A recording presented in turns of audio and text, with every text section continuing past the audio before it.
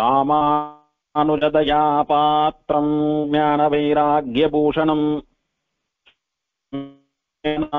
வந்தே வேதாந்ததேசிகம் கலயாமி கலித்வம்சம் கவிம் லோகதிவாகரம் யஸ்ய கோபிஹி பிரகாசாபிராவித்யம் நிஹதம் தமஹ மகாயாம் மகரே மாசே சக்ராம்சம் பார்கவோத்பவம் மஹீசாரபுராதீஷம் பக்திசாரமஹம் பஜே வீக்ஷாவனே விஜயகோட்டிவிமானமத்யே வேதாந்தமிருக்யமபி நித்யமசேஷதృశ్யம் ஹ்ருத்தாபநாசனசரஸ்தடபாரிஜாதம் ஸ்ரீவீரராகவமஹம் சரணம் பிரபத்யே பந்திருக்கும் மெல்விரலால் பாவை பனிமலரால் வந்திருக்கும் மார்வன் நீலமேனி மணிவண்ணன் அந்தரத்தில் வாழும் வானோர் நாயகனாய் அமைந்த இந்திரர்க்கும் தம்பெருமான் எவ்வுள்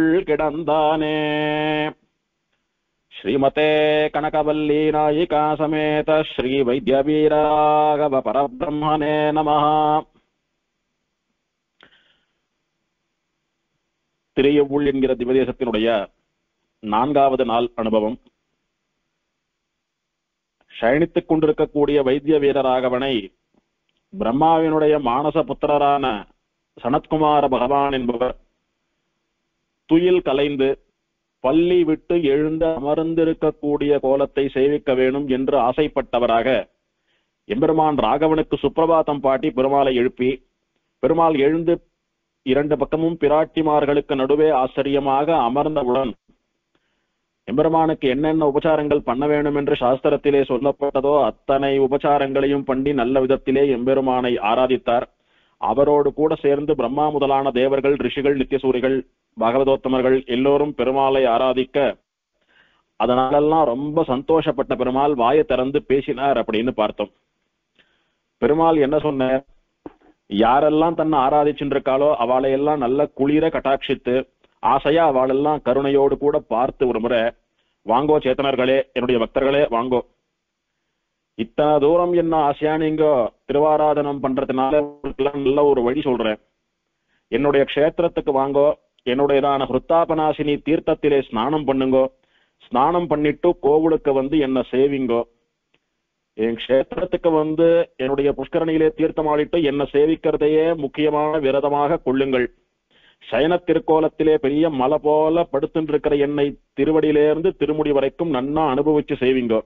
2 பக்கமும் பிராட்டிமாரோட கூட சங்க சக்கரம் கதை ஏந்தி கொண்டு நின்று கொண்டிருக்கக்கூடிய உற்சவரான என்னையும் ஆசை தீர சேவியுங்கள். இது மட்டும்தான் நீங்க பண்ண வேண்டியது. இப்படி பண்ணினீங்களானா யார் என் முன்னாலே வந்து நிற்கிறீர்களோ அவர்களுடைய அனைத்து தாபங்களையும் துக்கங்களையும் நான் போக்கடித்து விடுகிறேன். இது நம்முடைய விரதம், இது நான் உங்களுக்கு பண்ணித்தரக்கூடிய பிரமாணம் அப்படின்றதா பெருமாள் வாயை திறந்து பேசினர். நான் சொல்ற இந்த விஷயத்தை என்னைக்கும் நான் கடைபிடிப்பேன், பேச்ச மாத்த மாட்டேன் அப்படின்னுட்டு சாலிஹோத்திர மகர்ஷியினுடைய தலை மீது வைத்து பெருமாள் பிரமாணம் பண்ணி கொடுப்பதாகவும் ஒரு பேச்சு உண்டு. இப்படியாக எம்பெருமான் அருளி செய்தான். அதுக்கு மேல பெருமாள் என்ன சொல்றான் அப்படின்னா, என்னுடைய அடியார்களே, நீங்கெல்லாம் இப்படி ஆளாளுக்கு மனசுல ஒரு கஷ்டத்தை வச்சுண்டு எனக்கு இதானோ அதானோ இது வேணும் அது வேணும்னு என் நண்டு வந்து நிக்கிறங்கோ. அப்படி ஒருத்தர் ஒரு குறையோட என் நண்டு வந்து நிக்கிறச்ச நான் பெருமை பேசாம படுத்துருவேன். பார்த்துட்டு அடியவர்கள்லாம் கஷ்டப்படுறா, அவளுக்கு ஏதான நல்லது பண்ணணும்ன்றதுக்காக தானே நான் எல்லாம் கோவில் கோவில் கோவில் கோவில்னு ஏதோ ஒரு திவதேசத்துல வந்து படுத்துட்டு இருக்கேன், உட்கார்ந்துட்டு இருக்கேன், நின்றுட்டு இருக்கேன். எதுக்கு இத்தனை கோவில், எதுக்கு இத்தனை விக்கிரகம்? எனக்கு அங்கங்க இருக்கக்கூடிய அடியவர்கள் வந்து உங்களுடைய குறைகளை சொல்லி அழறங்கோ, உங்களுக்கெல்லாம் தகுந்த வைத்தியம் பண்ண வேண்டும் என்பதற்காகத்தானே நான் வந்திருக்கிறேன். ஆகையினாலே நீங்க இத்தனை கஷ்டப்படுறதையும் பார்த்துட்டு நான் பேசாம வாழா படுத்துக் கொண்டிருக்கிறேன்னு நினைக்க வேண்டாம், வெறுமைப்படுத்துட்டு இருக்கேன்னு நினைச்சுக்காதுங்க. உங்களுடைய கஷ்டங்களை எல்லாம் கேட்டுதான் இருக்கேன், உங்களுடைய எல்லா கஷ்டங்களையும் தீர்த்து வைப்பேன். நீங்க பண்ண வேண்டியதெல்லாம் ஒண்ணு, வாங்கோ என்ன செய்வீங்கோ நான் பாத்துக்கிறேன் அப்படின்னு சொல்லிட்டு ஒரு வார்த்தை சொல்றாரு பெருமாள். எனக்கு ரொம்ப பரிசிரமமா இருக்குது, மதுகைட்டபாலோட சண்டை போட்டது ரொம்ப களைப்பா இருக்கு எனக்கு. அதனாலதான் அந்த களைப்பு தீர இங்க ரிஷியின் இடத்துல வந்து சாட்டு படுத்துக்கலான்னு வந்தேன். அதனால அப்படியே சத்த தலசாச்சுண்டு படுத்துக்கலான்னு பாக்குறேன். நீங்க எல்லாம் போயிட்டு வாங்க, அவளுடைய காரியத்தை போய் பாருங்கன்னு பெருமாள் எல்லோருக்கும் விடை கொடுக்கிறார். எல்லோரும் ஆச்சரியமா அவ காரியத்தை பார்த்துட்டு அங்க இருந்து நகர்ந்துடுறா. பெருமாள் பழையபடி ஆச்சரியமா தன்னுடைய யோக நித்ரைன்னு சொல்லக்கூடிய எப்படி எப்படி படியளக்க வேண்டும் என்பதை சிந்தித்துக் கொண்டு ஆச்சரியமா பிராட்டிமார்கள் காலமுக்கி விட நித்திய சூரிகள் எல்லாம் கைங்கரியம் பண்ண திருவனந்தாழ்வான்னு சொல்லக்கூடிய மெத்த மேலே ருத்தாபநாசினி புஷ்கரணியிலிருந்து வரக்கூடிய குளிர்ந்த காற்றுக்கு நடுவிலே பெருமாள் சுகமா யோக சயனமா போக சயனமா படுத்துட்டு இருக்கான். திரும்பவும் பழையபடி படுத்துட்டான் பெருமாள். இப்படி பெருமாள் சயனிச்சுட்டு இருக்கார். யார் யார் என்னென்ன கைங்கரியம் பண்ணலாம் அப்படின்னு பாக்குறாங்க இருக்கிறவாள்லாம்.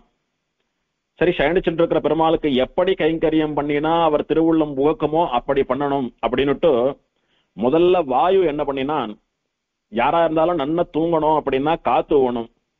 காத்து இல்ல, காத்தே அசையல அப்படின்னா படுத்துட்டு இருக்கிறவாளுக்கு புழுக்கமா இருக்கும், எழுந்து உட்கார்ந்துன்றவா தூக்கம் கெட்டு போயிடுறதோ இல்லையோ.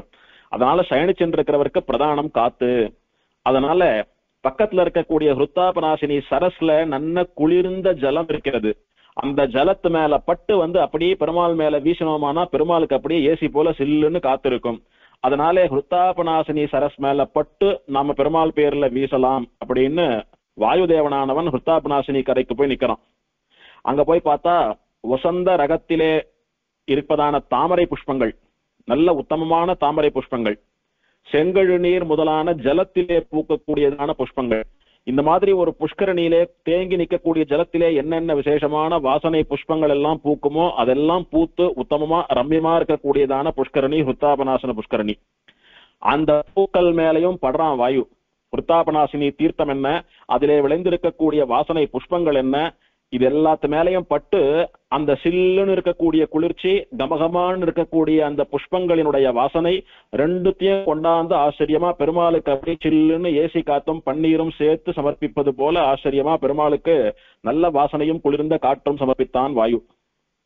இப்படி பெருமாளுக்கு ரொம்ப காத்தம் இல்லாம காத்தே இல்லாம எப்படி மிதமான காத்து வீசினா சுக்கமா தூக்கம் களையாம தூங்குவரோ அந்த மாதிரி வீச ஆரம்பித்தான்.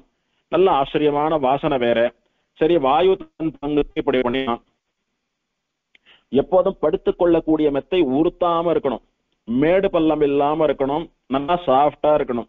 திருவனந்தாழ்வான் அதுல கை தேர்ந்தவன். பெருமாளுடைய திருமேனிக்கு தான் எப்படி மாறினா சௌகரியமோ அதெல்லாம் நன்னா தெரிஞ்சவனான அப்படின்னாலே அதுல ஒன்னும் சிரமம் இல்லை.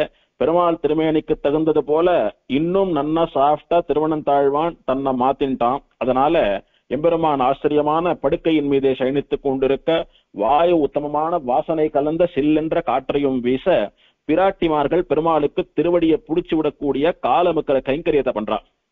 ஸ்ரீதேவி கரசம்ஸ்பர்ஷ சந்தனாகரு குங்குமைஹி சாம்ஸ்பர்ஷனைர் மகாபோகைர் ததாச்சாப்யாவஹாரிகைஹி ஔபசாரிக போகைஸ்ச யதைவ க்ஷீரசாகரே.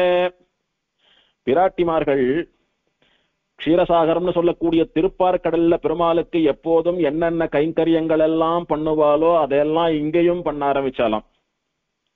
அங்கேயும் பெருமாள் இங்கே வைத்திய வீரராகவனா திருவனந்தாழ்வான் மீது சயனித்துக் கொண்டிருப்பது போல அங்கே ஆதிசேஷன் மேல பெருமாள் படுத்துட்டு இருக்கார்.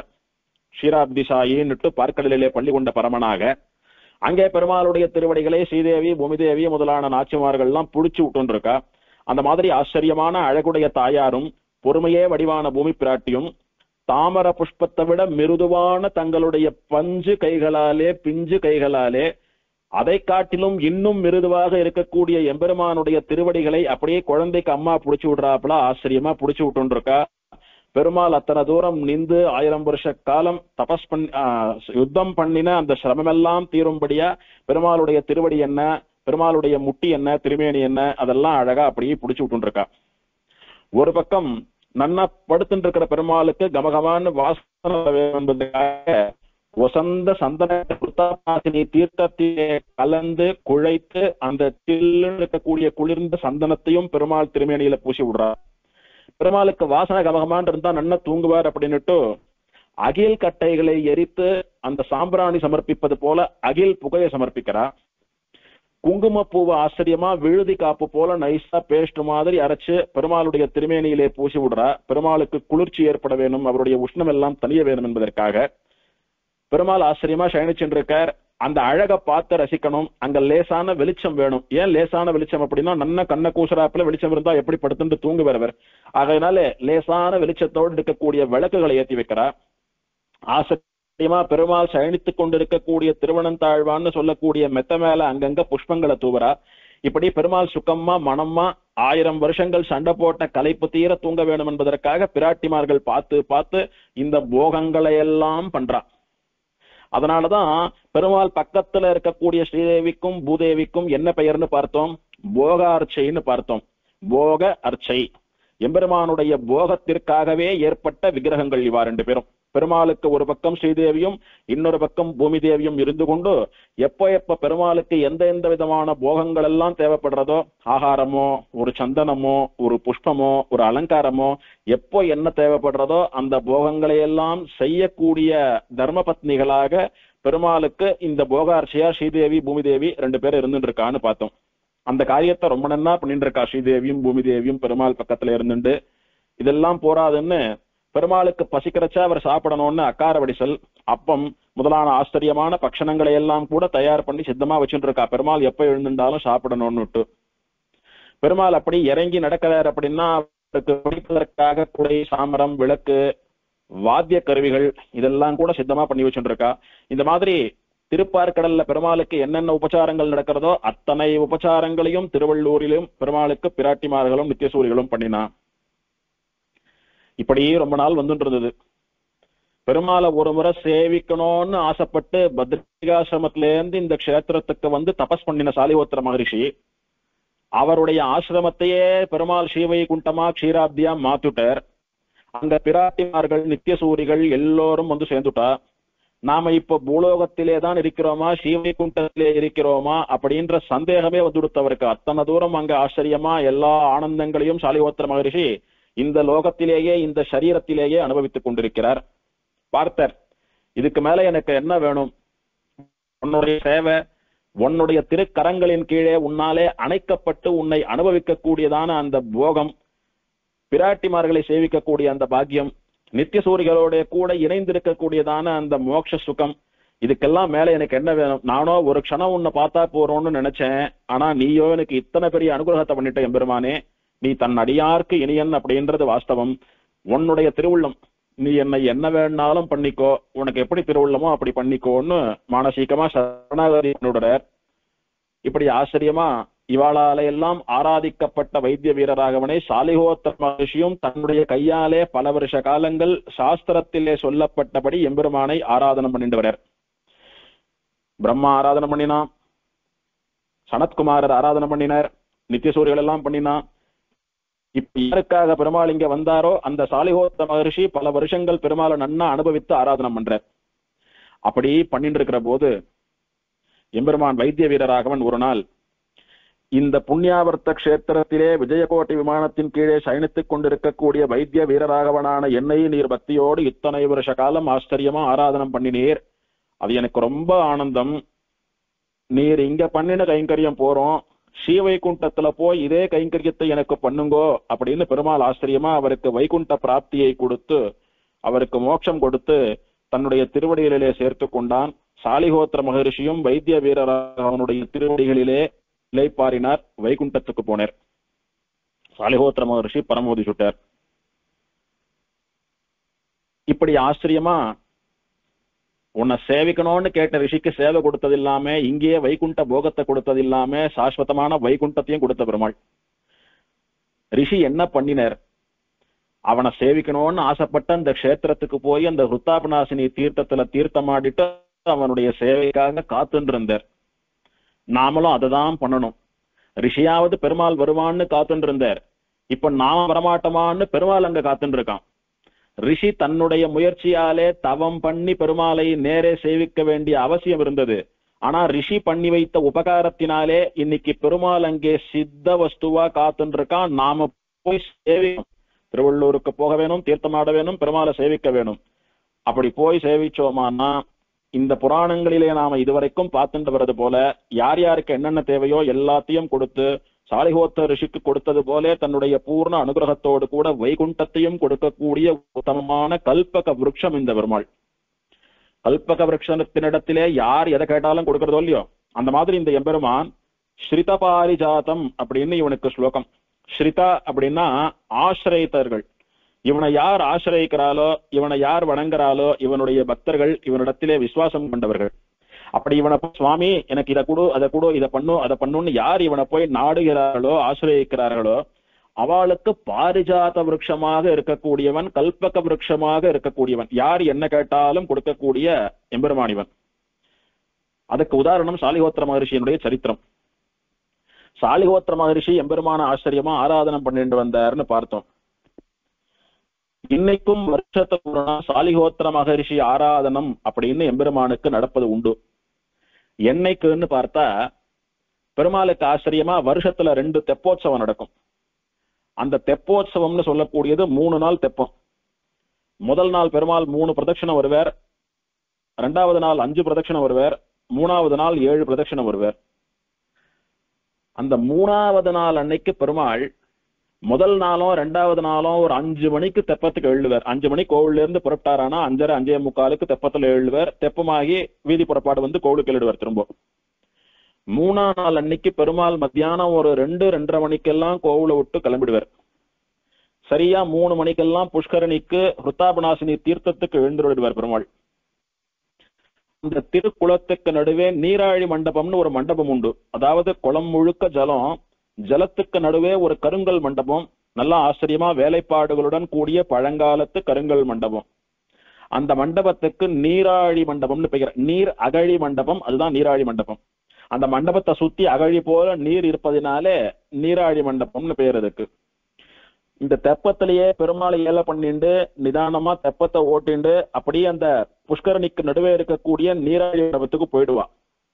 நீராழி மண்டபத்தை சுத்தி பெரிய தர போல இருக்கும், படியெல்லாம் இருக்கும். பெருமாள் ஆச்சரியமா ஏறி மேல போய் அந்த மண்டபத்துல உட்கார்ந்துக்கிறதுக்காக சரியா ஒரு 3-3:30 பெருமாள் அங்க போய் எழுடுவார். எழுதினாரானா அன்னைக்கு ஆச்சரியமா புஷ்கரணிக்கு நடுவே பெருமாளுக்கும் ஸ்ரீதேவி பூமி தேவிக்கும் திருமஞ்சனம் நடக்கும். அந்த திருமஞ்சனம், அந்த திருவாராதனம் எல்லாம் யார் பண்றா அப்படின்னா சாலிஹோத்திர மகரிஷி பண்றார் அப்படின்னு ஐதிஹ்யம். அதனால 2 தெப்போற்சவத்திலையும் 3ஆம் நாள் அன்னைக்கு சாலிஹோத்திர மகரிஷி ஆராதனம் அப்படின்னு பெயர் அதற்கு. அன்னைக்கு தீர்த்தம் வாங்கிக்கிறது ரொம்ப விசேஷம். அன்னைக்கு பெருமாளை சேவிச்சுட்டு தீர்த்தம் வாங்கிட்டு சடாரி வாங்கிக்கிறது ரொம்ப விசேஷம் அப்படின்னுட்டு இந்த விஷயம் தெரிஞ்ச பக்தால் உள்ளூர்ல இருக்கிற ஸ்ரீ வைஷ்ணவாள்லாம் 3 நாள் தெப்பத்துல 3 நாள் சேவிக்க முடியறதோ இல்லையோ 3ஆம் நாள் அன்னைக்கு இந்த சமயத்துக்கு போய் அங்க பெருமாளை சேவிப்பா. அதுவும் இல்லாம வருஷத்துல இந்த 2 நாள் மட்டும்தான் அவ்வளோ பெரிய புஷ்கரணிக்கு நடுவே கடல் போல இருக்கக்கூடிய அந்த ஜலத்துக்கு நடுவே ஒரு மண்டபத்திலே பெருமாள் எழுந்தருள் இருக்கக்கூடிய அழகை சேவிக்க முடியும். வேற எங்கும் இது சேவிக்கிறதுக்கு கஷ்டம். ரொம்ப ரொம்ப குறிப்பிட்ட சில திவ்ய தேசங்கள்ல மட்டும்தான் இந்த மாதிரி உண்டு. அது இங்கேயும் உண்டு. அப்படி இன்னைக்கும் கூட வைகுண்டத்திலே இருந்து வந்து சாலிஹோத்திர மகரிஷி வைத்திய வீரராகவனை சாஸ்திரப்படி ஆராதனம் பண்ணிட்டு ஆராதிச்சுட்டு போறார் அப்படின்றது இன்னைக்கும் எல்லாருடைய அனுபவமாக இருக்கிறது. அன்னைக்கு பெருமாளை சேவிச்சு தீர்த்தம் வாங்கிக்கிறதுக்கு கொடுத்து வச்சிருக்கணும். அப்படியே ஆச்சரியமா வைகுண்டத்துக்கும் சாலிஹோத்திரர் போய் சேர்ந்துட்டார். இப்படி சாலிஹோத்திர மகரிஷி வைகுண்டம் அடைந்த பிறகு பழையபடி பிராட்டிமார்களும் நித்தியசூரிகளும் பெருமாளுக்கு எல்லா பணிவிடைகளையும் செய்து கொண்டு பெருமாள் சுகமா சயனிச்சென்றிருக்கிற சமயத்துல எல்லாம் சுமுகமா போயிட்டு இருக்கு, எல்லாம் சுகமா சந்தோஷமா இருந்துட்டு இருக்கா, பெருமாள் நிம்மதியா தூங்கிட்டு இருக்கார். அந்த சமயம் பார்த்து ஒரு பெரிய ராட்சசன், ரொம்ப பருத்த சரீரம், அவனுக்கு பார்த்தாலே சில பேருக்கெல்லாம் ஆர்ட் நின்று போயிடும். அந்த மாதிரி ஒரு கோர வடிவத்திலே இருக்கக்கூடிய குரூரமான ராட்சசன். அவனுக்கு பயங்கர பசி, யாரையானும் புடிச்சு சாப்பிடணும் தான். இங்க பெருமாள் எழுந்தருள் இருக்கிறார். மது கைடபன் முதலான அசுரர்களோடு சேர்த்து ஆயிரக்கணக்கான அசுரர்களை சம்ஹாரம் பண்ணி அசுர பூண்டே இல்லாம ஒழிச்சுட்டார் பெருமாள் இங்கே. அதனால ரிஷிகள்லாம் சித்தாள்லாம் ரொம்ப நிம்மதியோடு கூட நிம்மதி பெருமூச்சு விட்டு கொண்டு தபஸ் பண்ணிட்டு நிம்மதியா இருக்கா. யாரும் இந்த ராட்சசனுடைய கண்ணுல படல, இவனுக்கு ஆகாரம் கிடைக்கல. அப்படியே திரிஞ்சுட்டு வரான் இந்த வீக்ஷாரண்ய வனத்திலே. வந்தா சில்லுன்னு ஆச்சரியமா ஹிருத்தாபநாசினி புஷ்கரணி இருக்கு. சரி, தீர்த்த கரையா இருக்கு, சில்லுன்னு இருக்கு தீர்த்தம். இங்க தீர்த்தம் சாப்பிடுறதுக்கோ குளிக்கிறதுக்கோ யாரான மனுஷன் வந்தானா அவனை பிடிச்சி சாப்பிட்டு விடலாம் அப்படின்னுட்டு இந்த குளக்கரைக்கு போய் நிக்கிறான். அவன் பார்த்தான், சுத்தி முத்தி பார்த்தான், ரொம்ப நாள் நின்று பார்த்தான், யாரும் கண்ணுல படல. அவனுக்கு ரொம்ப வெறுத்து போயிடுத்து, பசியில கோபம் வேற வர்றது அவனுக்கு. அப்படியே பார்த்தா யாருமே அவன் கண்ணுக்கு தெரியல. இந்த புஷ்கரணி கரையில இருக்கக்கூடிய பெருமாள் மட்டும் அவனுடைய கண்ணுக்கு தெரியறார். அதுவும் பெருமாள் எப்படி தெரிகிறார் அப்படின்னா, அவன் இவர்தான் பெருமாள் அப்படின்னு அவனுக்கு தெரியாது. இதுக்கு முன்ன பெருமாள் அவன் பார்த்ததில்லை, விக்கிரகமாவும் சேவிச்சதில்லை. அசுரன் அவன் ஒன்னும் தெரியாது அவனுக்கு. பாவம் பார்த்தா இவ்வளவு அழகா மலை போல பெரிய கொழுத்த சரீரத்தோடு கூட நல்ல ஒசரமா நல்ல குண்டா நல்லா வந்து ஒரு பெரிய மகா வீரநாட்டம் மலை போல பெருமாள் படுத்துட்டு இருக்கார். அத்தனை அழகு, தலதலான்னு நல்ல தாமரை பூவை போல செக்கசவேல்னு இருக்கக்கூடிய கலர்ல பெருமாள் படுத்துட்டு இருக்கார். இவன் பார்த்தான், என்னடா இது, நாம வரோன்னு கேள்விப்பட்டாலே ஒரு மனுஷன் நம்ம முன்னாடி நிக்க பயப்படுவான். ஆனா இந்த மனுஷன்னா இவ்வளவு அழகா இவ்வளவு பெரிய சரீரத்தை வச்சுண்டு நான் வரேன்னு தெரிஞ்சு என்னுடைய கர்ஜனையும் காதுல கேட்டுண்டு சட்ட பண்ணாம இப்படி நிம்மதியா படுத்துட்டு தூங்கிட்டு இருக்கானு, இது என்ன கொடுமை?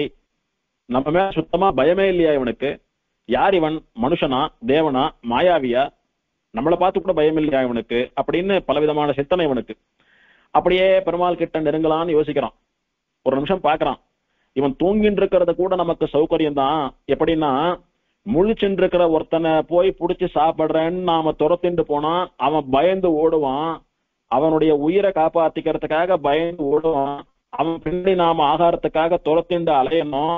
இருக்கிற பசியிலையும் களைப்புலையும் அவனை வேற துரத்திண்டு போய் புடிச்சு சாப்பிடுறதுன்றது நமக்கு சிரமமா இருக்கும். இவனோ கண்ணை மூடிட்டு சாதாரணமா படுத்துட்டு இருக்கான். அப்படியே அவனை லட்டு போல எடுத்து வாயில போட்டுக்கலாம், ரொம்ப சுலபமான காரியம் நமக்கு அப்படின்னு இவன் தப்பு கணக்கு போட்டுட்டான் பெருமாளை பார்த்து.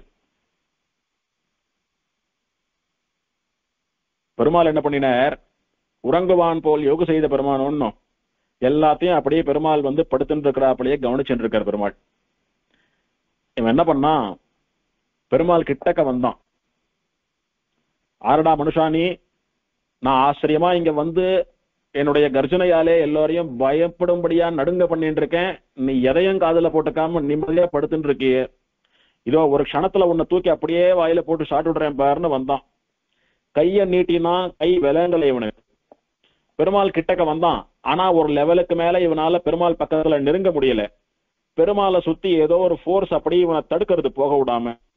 அதனால மேலும் பெருமாள் பக்கத்துல போக முடியாத, போறதுக்கு சக்தி இல்லாத இவன் அப்படியே உடம்பெல்லாம் நடுங்கி போய் அப்படி ஒரு மாதிரி சோர்ந்து விடுற மாதிரி ஆயிட்டான். மயக்கம் போடுற நிலைமைக்கு வந்துட்டான். அதனால பயங்கர கோபம். இந்த மாதிரியான ஒரு அனுபவம் எங்கேயுமே இவனுக்கு ஏற்பட்டது இல்லை. சாப்பிடணும்னாலும் அப்படியே பிடிச்சு வாயில போட்டுருவான். அப்பேற்பட்ட வீரன், அப்பேற்பட்ட உடல் பலம் நிறைந்தவன். இங்க பெருமாள் கிட்டக்கவே போக முடியலையே, இவ்வளவு கொழு கொழுன்னு படுத்துட்டு இருக்கான், சாப்பிட முடியலையேன்னு அத்தனை கோபம் இவனுக்கு. என்ன பண்ணினா, ஆரடா நீ மனுஷா, எனக்கு பயம் இல்லாமல் இப்படி படுத்துட்டு இருக்க, என் கண்ணுக்கு தெரியற, ஆனா நான் உன்கிட்ட நெருங்க முடியலையே.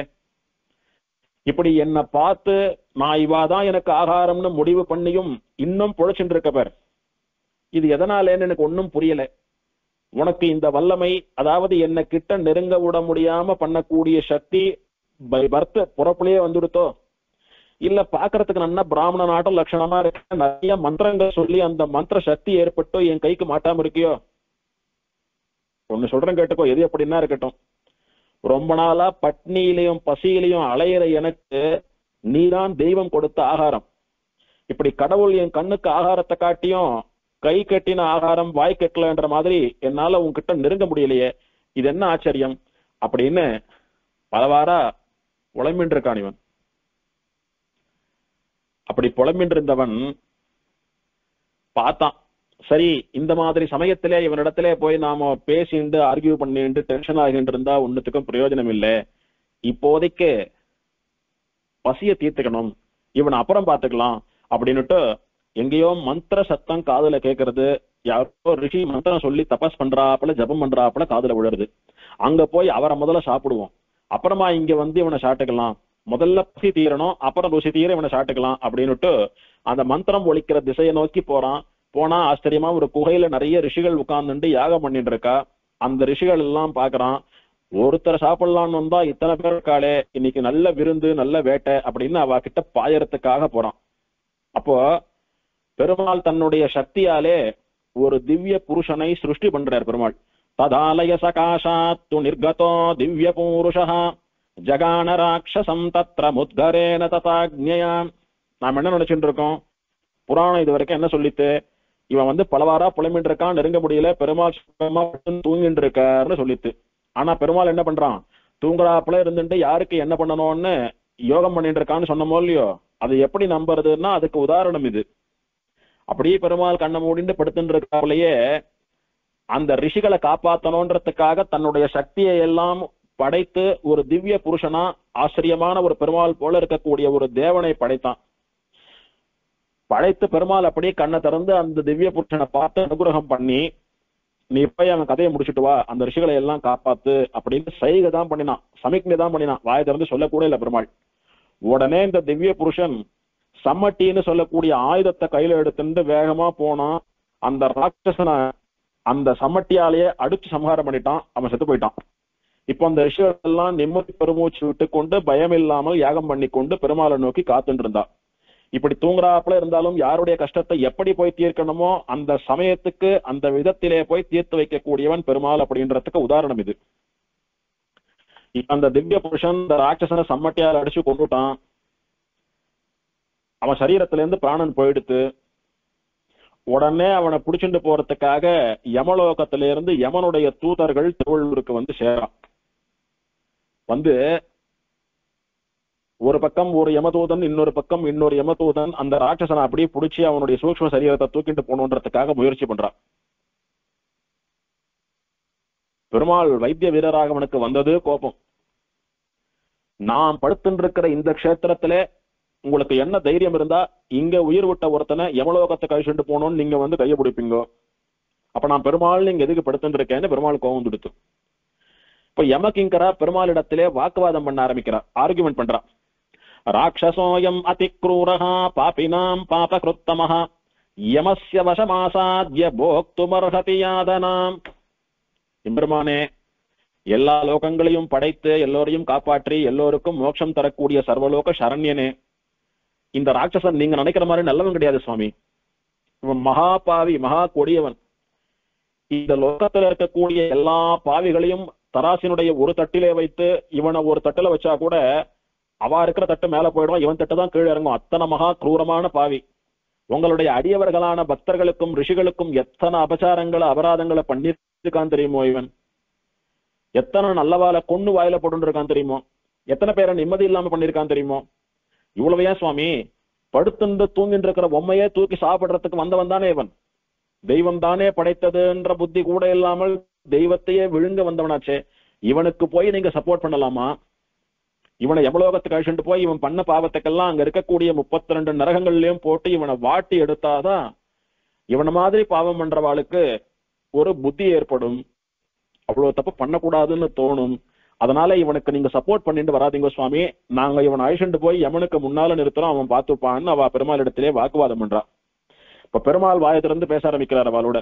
ஸ்ரீ பகவான் உவாச்ச புண்ணிய கிருத்பாப கிருத்வாபி ஜாதோ பாத்திரமிருதோபி வா நலபேத மகத் துக்கம் யமலோக பிரவேசனம். யமனுடைய தூதர்களே, யமகிங்கரர்களே, ஒருத்தன் புண்ணியமே பண்றான்னு வச்சுக்கோங்க, இல்ல ஒருத்தன் எப்பவும் பாவமே பண்ணிட்டு இருக்கான்னு வச்சுக்கோங்க, அது நமக்கு சாதக பாதகமாவதெல்லாம் அவனுடைய மரண காலத்திலே அல்ல, அது வேறு சமயத்திலே. அதனால இந்த க்ஷேத்திரத்திலே நான் சயனித்துக் கொண்டிருக்கக்கூடிய இந்த வீக்ஷாரண்ய வனத்திலே புண்ணியாவர்த்த கஷேத்திரம் என்கிற இந்த பெரிய ஊரிலே எந்த மனுஷனோ எந்த பிராணியோ யார் பிறந்தாலும் யார் இறந்தாலும் அவனுக்கு நிச்சயம் யமலோகம் என்பதே கிடையாது. ஒருத்தன் அவனுடைய பாக்கியத்தினாலே திருவள்ளூர்ல பிறக்கிறான், ஆனா அந்த ஊர்ல வாழறதுக்கு அவனுக்கு கொடுத்து வைக்கல, அங்கே உயிர் போவதற்கு கொடுத்து வைக்கல, இருந்தாலும் பரவாயில்லை, அவனுக்கு மோட்சம் உண்டோ இல்லையோ நிச்சயம் யமலோகம் கிடையாது அவனுக்கு. யமலோக துன்பம் நரக யாதனை என்பதே கிடையாது அவனுக்கு. ஒருத்தன் எப்பேற்பட்ட பாவியா கூட இருக்கட்டும், திருவள்ளூர்ல வந்து என்னுடைய திருவடிவாரத்திலே பிராணனை விட்டோ இங்கு செத்து போயிட்டான் அப்படின்னா அவனுக்கு நிச்சயம் வைகுண்டம். அதனால அவன் நல்லவனா கெட்டவனான்னு நான் பாக்குறதெல்லாம் வேறொரு இடத்திலே அப்படின்னு பெருமாள் சொல்றார். அது என்ன வேறொரு இடத்திலே? வேறொரு இடம்னா வேற ஊரா வேற லோகமா அப்படின்னா அப்படி இல்ல. ஒருத்தன் நல்லவனா, அவனுக்கு இந்த அனுகிரகம் பண்ணலாமா? ஆமா நல்லவன் தான், இவன் கேட்டதை இவனுக்கு கொடுத்துடணும் அப்படின்னு நான் யோசிக்கிறதும், இவன் ஏற்கனவே மகா பாப்பியாச்சே, இப்ப இதை வேற கேட்கறானே, இதையும் கொடுத்துட்டோம்னா இன்னும் பாவம் பண்ணி சீரழிஞ்சு போயிடுவானே, ஆஹாஹா இவனுக்கு தரக்கூடாது அப்படின்னு நான் யோசிக்கிறதும் வேறொரு இடம். அப்படின்னா அவனுடைய வாழ்நாள், அவன் வாழ்ந்து கொண்டிருக்கக்கூடிய ஜீவித காலத்திலேதான். இப்ப ஒருத்தன் நல்லவனாவே இருக்கான், அவன் கேட்கிற இன்னொரு நல்லதை கொடுக்கறோம்னா அதனால அவனுக்கும் ஒரு பாதகமும் இல்லை, மற்றவாளுக்கும் பாதகம் இல்லை. ஒரு கெட்டவன் அவனுக்கு சாதகமா ஏதோ கேட்கறான் அப்படின்னா நிச்சயம் அது அவனுக்கு மட்டும்தான் சாதகமா இருக்கும், அவனுக்கும் மற்றவாளுக்கும் அது பாதகமாக அமையும். அதனால இன்னும் கர்வம் அதிகமாகி, இன்னும் அகங்காரம் ஆணவம் அதிகமாகி எல்லா பாவங்களையும் பண்ண ஆரம்பித்து விடுவான், எல்லோரையும் போட்டு வதைப்பான், ஹிம்சிப்பான். அதனால அந்த குரூரமான பாவிக்கு எதுவும் தரக்கூடாது அப்படின்னு நான் முடிவு பண்ணி அவனுக்கு தராமல் இருப்பதும் அவரவர்களுடைய வாழ்நாளில் தான். இப்ப அவன் கதை முடிஞ்சு போயிடுத்து, அவன் சரீரத்தை விட்டுட்டான். அதுவும் என் திருவடிவாரத்திலே அவனுக்கு பிராணன் போயிருக்கிறது. என்னாலே படைக்கப்பட்ட திவ்ய புருஷன் கையாலே அவன் இறந்திருக்கிறான். என்னுடைய ஆயுதத்தினாலே அவனுக்கு மரணம் ஏற்பட்டிருக்கிறது. என்னுடைய திருவடிவாரத்திலே அவன் பிராணன் பிரிந்தபடியினாலே அவனுக்கு மோட்சம்தான். அதனால நீங்க கிளம்பி போங்கோ அப்படின்னு பெருமாள் அவளுக்கு புரியறாப்புல ஆச்சரியமா சொல்ற. சொன்னா இவ அடியேன் சரி சுவாமின்னு பேசாம போலாம் இல்லையோ. அவ போகல, பெருமாளோட மேலும் வாக்குவாதம் பண்ணிட்டு இருக்கா. என்ன சொல்றா, சுவாமி நீங்க இப்படிதான் பல சமயங்கள்ல பலரை போனா போறதுன்னு முடிச்சுட்டீங்க. அப்படிதான் அஜாமில்லன்னு ஒருத்தன், அவன் பண்ணாத தப்பே இல்ல, அவன் பண்ணாத பாவமே இல்ல, அவன் கடைசி காலத்துல வேற ஏதோ ஓணுன்றதுக்காக தன்னுடைய புள்ளைய நாராயணான்னு கூட்டான். உடனே எங்க பெருமாள் தான் இவன் கூட்டான், அதனால நாங்க தான் அழிச்சுட்டு போவோம்னு விஷ்ணு தூதா இவன் அழிச்சும் போயிட்டா. இப்படி மகாபாவிகளுக்கும் கூட அந்த கடைசி சமயத்துல அவன் நினைச்சுட்டான் இந்த மாதிரி கஷேத்திரத்துல போயிட்டான்னு நீங்க அழிச்சுன்னு போயிட்டீங்களானா அப்ப எங்களுக்கெல்லாம் என்ன காரியம் சுவாமி? அவா பண்ற பாவ புண்ணியங்களை சாட்சியா பார்த்து கொண்டிருக்கக்கூடிய திக்பாலகா என்ன, யமதூதர்கள் என்ன, தர்மதேவதை என்ன, எங்களுக்கெல்லாம் என்ன காரியம்? அதனாலே தப்பு பண்ணவன் தண்டனை அனுபவிச்சாதான் லோகத்திலே தப்பு பண்ணக்கூடாதுன்ற ஒரு பயம் இருக்கும். அதனாலே நாங்க இவனை அழிச்சுட்டு போறதுக்கு நீங்க அனுமதிக்கணும், இவனை நீங்க காப்பாத்தாதீங்கோ, எங்களண்ட விட்டுருங்கோ, நாங்க பாத்துக்கிறோம்னு பெருமாள் இடத்திலே பிரார்த்திக்கிறார். பெருமாள் சொல்றார்,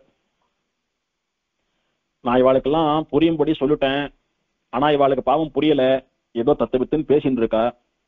அதனால நித்தியசூரிகளே நீங்க இவாளுக்கு தகுந்த மாதிரி பதில் சொல்லி அனுப்புங்கோ அப்படின்னு பெருமாள் திரும்பவும் கண்ணை மூடிட்டு சுகமா சயனிச்சுண்டார். பக்கத்துல அனந்தகரோட விஸ்வக்சேனாதிகளான நித்தியசூரிகள்லாம் இருந்தா.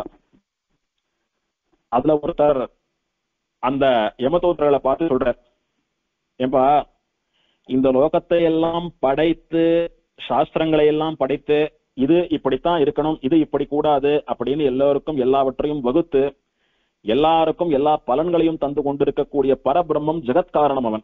அவன் இல்லைன்னா நாமெல்லாம் ஒண்ணுமே இல்லை. அவன் நினைச்சான்னா இப்ப இருக்கிறது போல எத்தனையோ அண்ட சராசரங்களை ஒரு க்ஷணத்திலே படைக்க முடியும். அவன் நினைச்சான்னா எதுவுமே இல்லாமல் ஒரு க்ஷணத்துல அப்படியே ஒரு விருண்டையா விழுங்கி வாயில போட்டுக்க முடியும். அவன் நினைச்சான்னா கோடிக்கணக்கான பிராணிகளுக்கு ஒரு க்ஷணத்திலே மோட்சம் தர முடியும். அவன் நினைச்சான்னா எல்லாரு கதையும் ஒரு க்ஷணத்துல முடிக்க முடியும். அப்பேற்பட்ட சக்தி வாய்ந்த பரம்பொருளது, அவனுக்கு கட்டுப்பட்டுதான் நாமெல்லாம் இருக்கோம். ஆகையினாலே அவனிடத்திலே வாக்குவாதம் பண்ணிட்டு இருக்காதீங்க. எது சரி, எது தப்பு, எது நல்லது, எது கெட்டதுன்னு பெருமாளுக்கு தெரியும். அவன் சொல்றத அப்படியே அடியேன்னு பண்ண வேண்டியது மட்டும்தான் நம்முடைய கடமை. அதனால பெருமாளாண்ட வாக்குவாதம் பண்ணி நீங்க பாவத்தை சம்பாதித்துக் கொள்ளாதீர்கள், அடியேன் அப்படியே பண்றேன் சுவாமின்னு புறப்பட்டு போயிடுங்கோ. இதுக்கு மேல பெருமாளுடைய கோபத்துக்கு ஆளாகாதீர்கள். துவயி ரக்ஷதி ரக்ஷகை கிமன்யைஹி துவயி சாரக்ஷதி ரக்ஷகை கிமன்யைஹின்னுட்டு பெருமாள் ஒருத்தனை காப்பாத்தனம்னு முடிவு பண்ணிட்டான். அதை யாராலையும் தடுக்க முடியாது. அந்த ராட்சசனுக்கு அவன் மோட்சம்னு சங்கல்பிச்சுட்டான். இனிமேல் அந்த சங்கல்பத்தை யாராலையும் தடுக்க முடியாது. வந்த வேலையை பார்த்துட்டு வந்தமா பெருமாளை சேவிச்சமான ஹிருத்தாபநாசனிலே தீர்த்தம் ஆடிட்டு பெருமாளை சேவிச்சுட்டு நல்லபடியா போய் சேருங்க, கூடிய சீக்கிரம் உங்களுக்கும் நல்ல பதவிகள்லாம் கிடைக்கும் அப்படின்னுட்டு அனுகிரகம் பண்ணி அனுப்புறா. அப்பதான் புரியுறது, பெருமாள் வைத்திய வீரராகவன் மதுகைட்ட பாலையெல்லாம் சம்ஹாரம் பண்ணினவன், அவனுடைய கோபத்துக்கு ஆளாக வேணாம்னுட்டு பெருமாளிடத்திலே மன்னிப்பு கேட்டுக்கொண்டு இந்த யமதூதர்கள் அவ ஊரை பார்த்து புறட்டு போயிடுறா. தீர்த்தமாடி பெருமாளை சேவிச்சு அனுகிரகம் வாங்கிட்டு கிளம்பி போயிடுறா. பெருமாள் இவனுக்கு ஆச்சரியமாக ஸ்ரீவைகுண்டத்தை கொடுக்கிறார். அந்த ராட்சசன் பெருமாளுடைய திருவடிகளுக்கு வைகுண்டத்துக்கு போய் சேர்றான். இவன் இத்தனை பாவியார் ராட்சசனா இருந்து எத்தனையோ பேரை கொண்டு இருந்தாலும் கடைசி காலத்திலே பெருமாளுடைய திருவடி வாரத்திலே பெருமாளாலே படைக்கப்பட்ட திவ்ய புருஷன் கையாலே மடிந்து பிராணன் போற சமயத்திலே பெருமாளுடைய குளிர்ந்த பார்வை இவன் மேல பட்டு உத்தமமான புண்ணியாவர்த்த கஷேத்திரத்திலே இவனுடைய பிராணன் போச்சு. ஆச்சரியமான ஹுத்தாபநாசினி தீர்த்தத்தினுடைய கரையிலே போச்சு.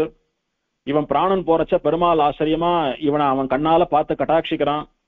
இதுக்கும் மேல ஒருத்தனுக்கு மோட்சம் வேணும்ன்றதுக்கு என்னெல்லாம் வேணும் இல்ல, இதெல்லாம் ஒருத்தனை மோட்சத்துக்கு அனுப்பாம நரகத்துக்கு அனுப்பிடும்.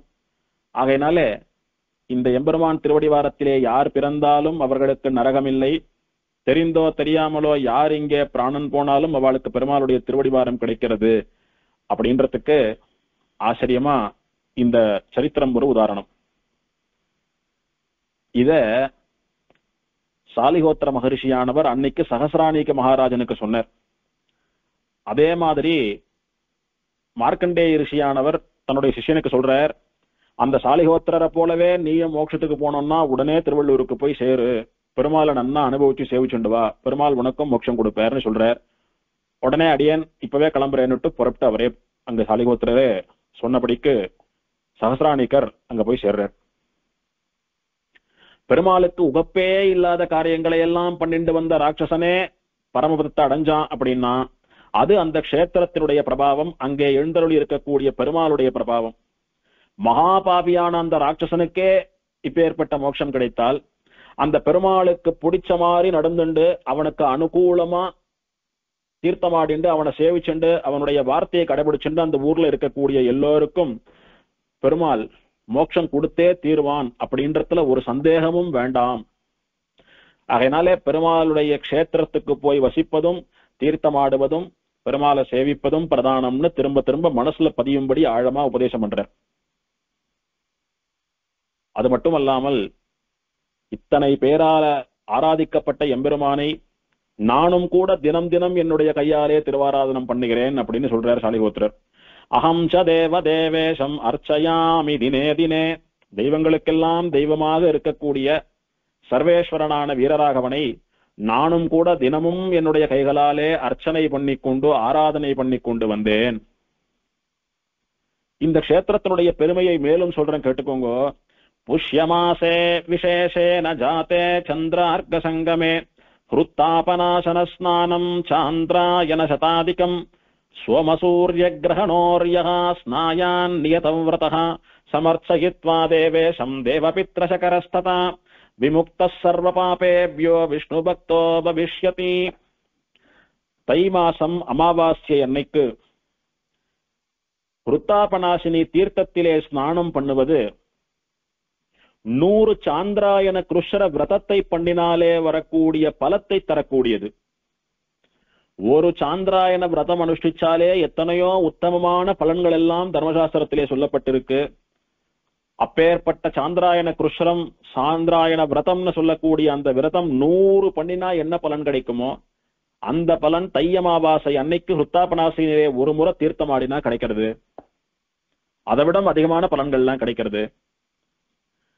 எவன் ஒருத்தன் சாஸ்திரத்திலே இந்த பலனுக்கு இந்த விரதத்தை அனுஷ்டிக்க வேண்டும் என்று சொல்லப்பட்டிருக்கிறதோ அதெல்லாம் பண்ணலன்னாலும் பரவாயில்லை, இந்த பலனுக்கு இந்த விரதம் இருங்கோ, இது நடக்கணும்னா இந்த விரதம் இருங்கோன்னு தர்மசாஸ்திரம் எத்தனையோ விரதங்களை சொல்றது. சுவாமி யார் அந்த விரதங்களை எல்லாம் அனுஷ்டிக்கிறது, எனக்கெல்லாம் அது பேர்ல நம்பிக்கையே இல்லை சுவாமி அப்படின்னு அதுகிட்டெல்லாம் விசுவாசம் இல்லாதவனாயிருந்தாலும் பரவாயில்லை, அவன் திருவள்ளூருக்கு வரணும் அப்படின்றதையே ஒரு விரதமா வச்சுண்டு இந்த சாஸ்திர சம்பிரதாயம் சொல்றதெல்லாம் என்னால பண்ண முடியாது, ஆனா திருவள்ளூருக்கு போவேன் பெருமாளை சேவிப்பேன், அது மட்டும் என்னால முடியும் அப்படின்னு நினைச்சுண்டு ஒருத்தன் ஒரு முறை வந்து சந்திர கிரகணம் சூரிய கிரகணம் முதலான சமயங்களிலே இந்த ஹுத்தாபநாசினி தீர்த்தத்திலே ஸ்நானம் பண்ணி அங்கே தர்ப்பணங்களை எல்லாம் செய்து இந்த வைத்திய வீரராகவனுக்கு தன்னால் முடிந்த ஏதோ உபகாரம், ஒரு பழமோ ஒரு ட்ரை ஃப்ரூட்ஸோ ஒரு புஷ்பமோ ஒரு துளசியோ அவனால என்ன முடியுமோ அதை கொண்டு போய் கொடுத்து பெருமாளை சேவிக்கிறான் அப்படின்னா அந்த சேத்தனன் எந்த விரதமும் அனுஷ்டிக்கலைன்னாலும் பரவாயில்ல, அவன் எல்லா பாவங்களிலும் இருந்து விடுபட்டு மோட்சத்துக்கு போறான் அப்படின்னு சொல்லப்பட்டிருக்கு. எந்த சாஸ்திரத்திலும் விசுவாசமே இல்லாதவன் ஆனா திருவள்ளூருக்கு போய் பெருமாளை சேவிச்சு தீர்த்தமாடினா போறோம் அப்படின்னு நினைச்சுட்டு வரான்னா அவனுக்கு கூட எல்லா பாவத்தையும் ஒழித்து மோட்சம் கொடுக்கிறார் பெருமாள். இந்த சாந்திராயன கிருஷ்ணம் அல்லது சாந்திராயன விரதம் அப்படின்னு சொல்றது அப்படின்னா என்ன அப்படின்னா பண்ணக்கூடாத பாவங்கள், போதை வஸ்து மதுபானம் எல்லாம் சொல்றமோ இல்லையோ அதை சாப்பிடுறது, பிராமணன் மத்தியபானம் பண்ணக்கூடாது அப்படின்னு ஸ்ட்ரிக்டா சொல்றது சாஸ்திரம். ஷார்ட் ஆச்சு பாவம் பண்ணியா எடுத்து ஒரு உயிரை கொண்டு மாம்ச பக்ஷணம் பண்ணியா எடுத்து, இல்ல தன்னோட கீழே இருக்கக்கூடிய கல்யாணம் பண்ணி கொள்ளக்கூடாத ஒரு பெண்ணையோ ஆணையோ பண்ணி கொண்டு ஆயிடுத்து, இந்த மாதிரி சொல்ல முடியாத பெரிய பாவம் ஏதான சேர்ந்துடுத்து, அதுக்கு என்ன பிராயசித்தம் அப்படின்னு தர்மசாஸ்திரத்திலே பார்த்தா சாந்திராயன விரதம் அனுஷ்டிக்க வேணும். சாப்பிடக்கூடாத வஸ்துவை சாப்பிட்டா எடுத்துன்னா பிரதானமா இந்த சாந்திராயன விரதம் பண்ணினாதான் அந்த பாவம் போகும்னு சொல்றது. அப்படின்னா என்ன அப்படின்னா, ஒரு அமாவாசை அன்னைக்கு இந்த விரதத்தை ஆரம்பிக்கணும். என்னைக்கு ஆரம்பிக்கிறோமோ அன்னைக்கு சங்கல்பம் பண்ணிட்டு இந்த பாவத்துக்காக, இந்த பாவம் போக வேணும் என்பதற்காக, அதுல இருந்து விடுபட்டு நான் சுத்தமாவறதுக்காக இந்த சாந்திராயன விரதத்தை அனுஷ்டிக்க போறேன் அப்படின்னு சங்கல்பிச்சுண்டு என்னைக்கு ஆரம்பிக்கிறோமோ அந்த அமாவாசை அன்னைக்கு ஜலம் கூட சாப்பிடாம முழு பட்டினியோட பூரண உபவாசம், நிர்ஜல உபவாசம் இருக்கணும். அமாவாசைக்கு மறுநாள் சுக்லபக்ஷம் வளர்பிற ஆரம்பிக்கிறது. அதனால அமாவாசை அன்னைக்கு மறுநாள் பிரதமை அன்னைக்கு ஒரு கவலம், ஒரு கைப்பிடி சாதம், அதை மட்டும்தான் சாப்பிடணும், வேற எதுவும் சாப்பிடக்கூடாது. மறுநாள் திவிதியை அன்னைக்கு 2 கவலம், 3ஆம் நாள் 3 கவலம், 4ஆம் நாள் 4 கவலம், அப்படி ஒரு கவலம் ஒரு நாள் ஏறிண்டே போய் பௌர்ணமி அன்னைக்கு 15 கவலம் சாதம் சாப்பிடணும். மறுநாள் கிருஷ்ணபக்ஷம் தேய்பிற அன்னைக்கு என்ன பண்ணணும், அப்படி குறைச்சுண்டு வரணும். பௌர்ணமி அன்னைக்கு 15 கவலம் சாதம் சாட்டான். மறுநாள் பிரதமை அன்னைக்கு 14, 13, 12, 10 அப்படின்னு குறைஞ்சுண்டே வந்து ஒரு மாசம் முடிகிற சமயத்துல வரக்கூடிய 2வது அமாவாசை அன்னைக்கு திரும்பவும் பூரண நிர்ஜலமா பட்னியா இருக்கணும், ஒன்னும் சாப்பிடக்கூடாது. இப்படி ஒரு அமாவாசையில இருந்து இன்னொரு அமாவாசை வரைக்கும் எவன் இந்த ரீதியிலே சங்கல்பம் பண்ணி கொண்டு இந்த விரதத்தை கடைபிடிக்கிறானோ அவன் பண்ணா பாவமெல்லாம் போய் அவன் பரிசுத்தனாகி விடுகிறான் அப்படின்னு சாஸ்திரம் சொல்றது. இது என்னமோ கேட்கறதுக்கு சுலபமா இருக்கும், 2 நிமிஷத்துல சொல்லி முடிச்சிடறாப்புல இருக்கும். ஆனா பண்றதுக்குள்ள பிராணன் போய் பிராணன் வரும். ஒண்ணுமே சாப்பிடாம இருக்கிறது, ஒரு கவலம் 2 கவலம் அதெல்லாம் நினைச்சு கூட பார்க்க முடியாது. அதனால பொதுவா பாவம் பண்ணாம இருக்கிறது நல்லது, பாவத்துக்கு பயப்படுறது பண்ணாம இருக்கிறது உத்தமம். அப்படி பண்ணுட்டான் அப்படின்னா அவன் 100 சாந்திராயண விரதங்கள் அனுஷ்டிச்சா என்ன பலனோ அதை விட அதிகமான பலன் ஒரு தையமாவாசை அன்னைக்கு திருவள்ளூருக்கு வந்து தீர்த்தமாடி பெருமாளை சேவிப்பது அப்படின்றது. எத்தனையோ மகான்கள் ஒரு அமாவாசைக்கும் வந்து இங்க பெருமாளை சேவிச்சுட்டு இருந்தா, பெரிய பெரிய மகான்கள் எல்லாம். அப்படி முடியலன்னா பெருமாளுடைய அவதார தினமான தையமாவாசைக்கு மட்டுமாவது வந்து நிச்சயம் பெருமாளை சேவிக்கிறதுன்னு விரதம் வச்சுட்டு இருந்தா. அதுல குறிப்பிட்டு சொல்லணும்னா முக்கூர் லட்சுமி நரசிம்மாச்சாரிய சுவாமி ஒரு தையமாவாசைக்கும் வந்து தீர்த்தமாடி பெருமாளை ரொம்ப நேரம் காத்துன்னு இருந்து சேவிப்பார். அவரை ஆயுஷம் போய் நேர சேவை பண்ணி வாக்குறான் வாங்கோன்னு பிரார்த்திப்பா. இருந்தாலும் ஜனங்களோட ஜனமா காத்துன்னு இருந்து பெருமாளை சேவிக்கிறது தான் உத்தமம் அப்படின்னுட்டு ஃப்ரீ லைன்ல தர்ம தரிசன வரிசையிலே காத்து கொண்டிருந்து அது 4 மணி நேரம் 5 மணி நேரம் ஆனாலும் பரவாயில்லைன்னு சுவாமி பெருமாளை சேவிக்கிற வரைக்கும் தீர்த்தம் கூட சாப்பிடாம பட்டினியா கையில பெருமாளுக்கான உபகாரங்களோடு கூட லைன்ல ரொம்ப நேரம் நின்றுன்றது சேவிச்சாகுமா. ஒரு முறை தேவஸ்தான கைங்கரிய வரார் ஒருத்தர், அவர்கிட்ட போய், சுவாமி பொதுவா அமாவாசைக்கு இங்க கூட்டம் ஜாஸ்தியா இருக்கும், இன்னைக்கு தை அமாவாசை சொல்ல முடியாத கூட்டம் இருக்கும், தேவரீர் பெரிய உபன்யாசகர், நீங்க வந்து பெருமாளை சேவிக்கிறது உங்களுக்கு சேவை பண்ணி வைக்கிறது எங்களுக்கு சந்தோஷம், சுவாமி நேரம் வரணும் பெருமாளை சேவிக்கணும் அப்படின்னு பிரார்த்திக்கிறா. சுவாமி சாதிக்கிறார், பக்தாலோட பக்தாலா காத்துன்னு இருந்து பெருமாளை சேவிக்கிறது தான் உத்தமம். ஸ்தல புராணத்திலே என்ன சொல்லி இருக்கு, பத்ரிகாசிரமத்திலேருந்து சாலிகோத்திரர் புறப்பட்டு வீக்ஷாரண்யத்துக்கு வர பெருமாளை சேவிக்கணும்னு பார்த்தா தேவர்கள் ரிஷிகள் கந்தர்வர்கள்னு எத்தனை ஜாதி உண்டோ அத்தனை பேரும் கும்பல் கும்பலா போய் புஷ்கரணியில தீர்த்தம் ஆடிட்டு பெருமாளை சேவிக்கணும்னு காத்துன்னு இருக்கா. எப்பேற்பட்டவாளா இருந்தாலும் முன்னாடி இருக்கிறவா சேவிச்சு முடிச்சதுக்கு அப்புறம் நாம சேவிக்கணும்னு காத்துன்னு இருந்து பெருமாளை சேவிக்கிற மாதிரி அத்தனை கூட்டம் வந்தது தையமாவாசை அன்னைக்கு திருவள்ளூர்லன்னு புராணம் சொல்றது. அப்ப தேவதைகள் ரிஷிகள் எல்லாமே அப்படிதான் சேவிக்கிறான்னா நாமெல்லாம் எம்மாத்திரம். அதனால அடியன் காத்துன்னு இருந்தே சேவிக்கிறேன்னுட்டு கிட்டத்தட்ட 5-6 மணி நேரம் காத்துட்டு இருந்தாராம் சுவாமி. அப்ப கையில உபகார தட்டு வச்சுட்டு இருக்காரு, பழம் தேங்காய் எல்லாம் வச்சுட்டு இருக்காரு. சுவாமி கையில ரொம்ப நேரம் இந்த தட்டை வச்சுட்டு இருக்கீங்களே, நிறைய வஸ்து இருக்கு, வெயிட்டா இருக்கும், கையை வலிக்க போறது, அதையானு கொடுத்துருங்க, தேவரீர் பெருமாள் கிட்டக்க வரைச்சா நாங்க கொடுக்குறோம், நீங்க வாங்கிக்கோங்க அப்படின்னு சொன்னா சுவாமி சாதிக்கிறார், சுமந்து மாமலர் நீர் சுடர் தூபம் கொண்டு அப்படின்ற பாசுரத்திலே சொன்னது போல பெருமாளுக்கு சமர்ப்பிக்கக்கூடிய உபகாரத்தை சுமந்துண்டு நிக்கிறதும் ஒரு கைங்கரியம் தான். பெருமாளை சேவிக்கணும்னு ஆத்துல இருந்து கிளம்பி போறோம் யாத்திரையா, அதுவே பெருமாள் சேவிக்கிற ஒரு காரியம். அதனால அதுவும் பெருமாள் கைங்கரியம் தான். அப்படி நாம பெருமாள் சன்னதிக்கு போறச்ச உபகாரங்களை வாங்கிண்டு கையில சுமந்துட்டு இருக்கோம்னா அதுவும் பெருமாள் கைங்கரியத்துலதான் சேரும். 5-6 மணி நேரம் பெருமாளை சேவிக்கிறது எப்படியோ அது மாதிரிதான் 5-6 மணி நேரம் பெருமாளுடைய உபகாரத்தை கையில தாங்கிட்டு இருக்கிறதும். அதனாலதான் சுமந்து மாமலர் நீர் சுடர் தூபம் கொண்டு அப்படின்னு திருவேங்கடமலையிலே தேவர்கள் எல்லாம் பெருமாளுக்கு தேவையான உபசார வஸ்துக்களை எல்லாம் சுமந்து காத்துண்டிருந்து பெருமாளை சேவிக்கிறான்னு சொல்றதுக்கு அதுவும் பகவானுடைய ஒரு ஆராதனம், ஒரு கைங்கரியம் தான். அதுக்கு நான் கொடுத்து வச்சிருக்கணும். இதெல்லாம் எனக்கு ஒரு சமம் இல்லை, நானே வச்சுக்கிறேன்னு சுவாமி அவளிடத்துல அன்பா தெரிவிச்சுட்டு எப்போ தான் சேவிக்கிற வரிசை வந்ததோ லைன் நகர நகர காத்துண்டிருந்து 6 மணி நேரம் கழித்து அப்பதான் பெருமாளை சேவித்தார்னு சொல்லுவா. அப்படி பெரிய மகான்கள் எல்லாம் தையமாவசன்னா நிச்சயம் திருவள்ளூருக்கு வந்து பெருமாளை சேவிக்கிறத ஒரு விரதமாவே வச்சுட்டு இருந்தா. பொதுவா அமாவாசை அன்னைக்கு தர்ப்பணம் பண்ணக்கூடிய நாள் அப்படின்றதுனால நம்மளவா ஆத்துல எல்லாம் பெரும்பாலும் அமாவாசை தலிகைன்றது ஒரு திவச தலிகையா தர்ப்பண தலிகையா தான் இருக்கும். குறிப்பா அன்னைக்கு தோரம்பருப்பு எல்லாம் பண்ண மாட்டோம், பயத்தம்பருப்பு மசியல் தான் பண்றது வழக்கம்.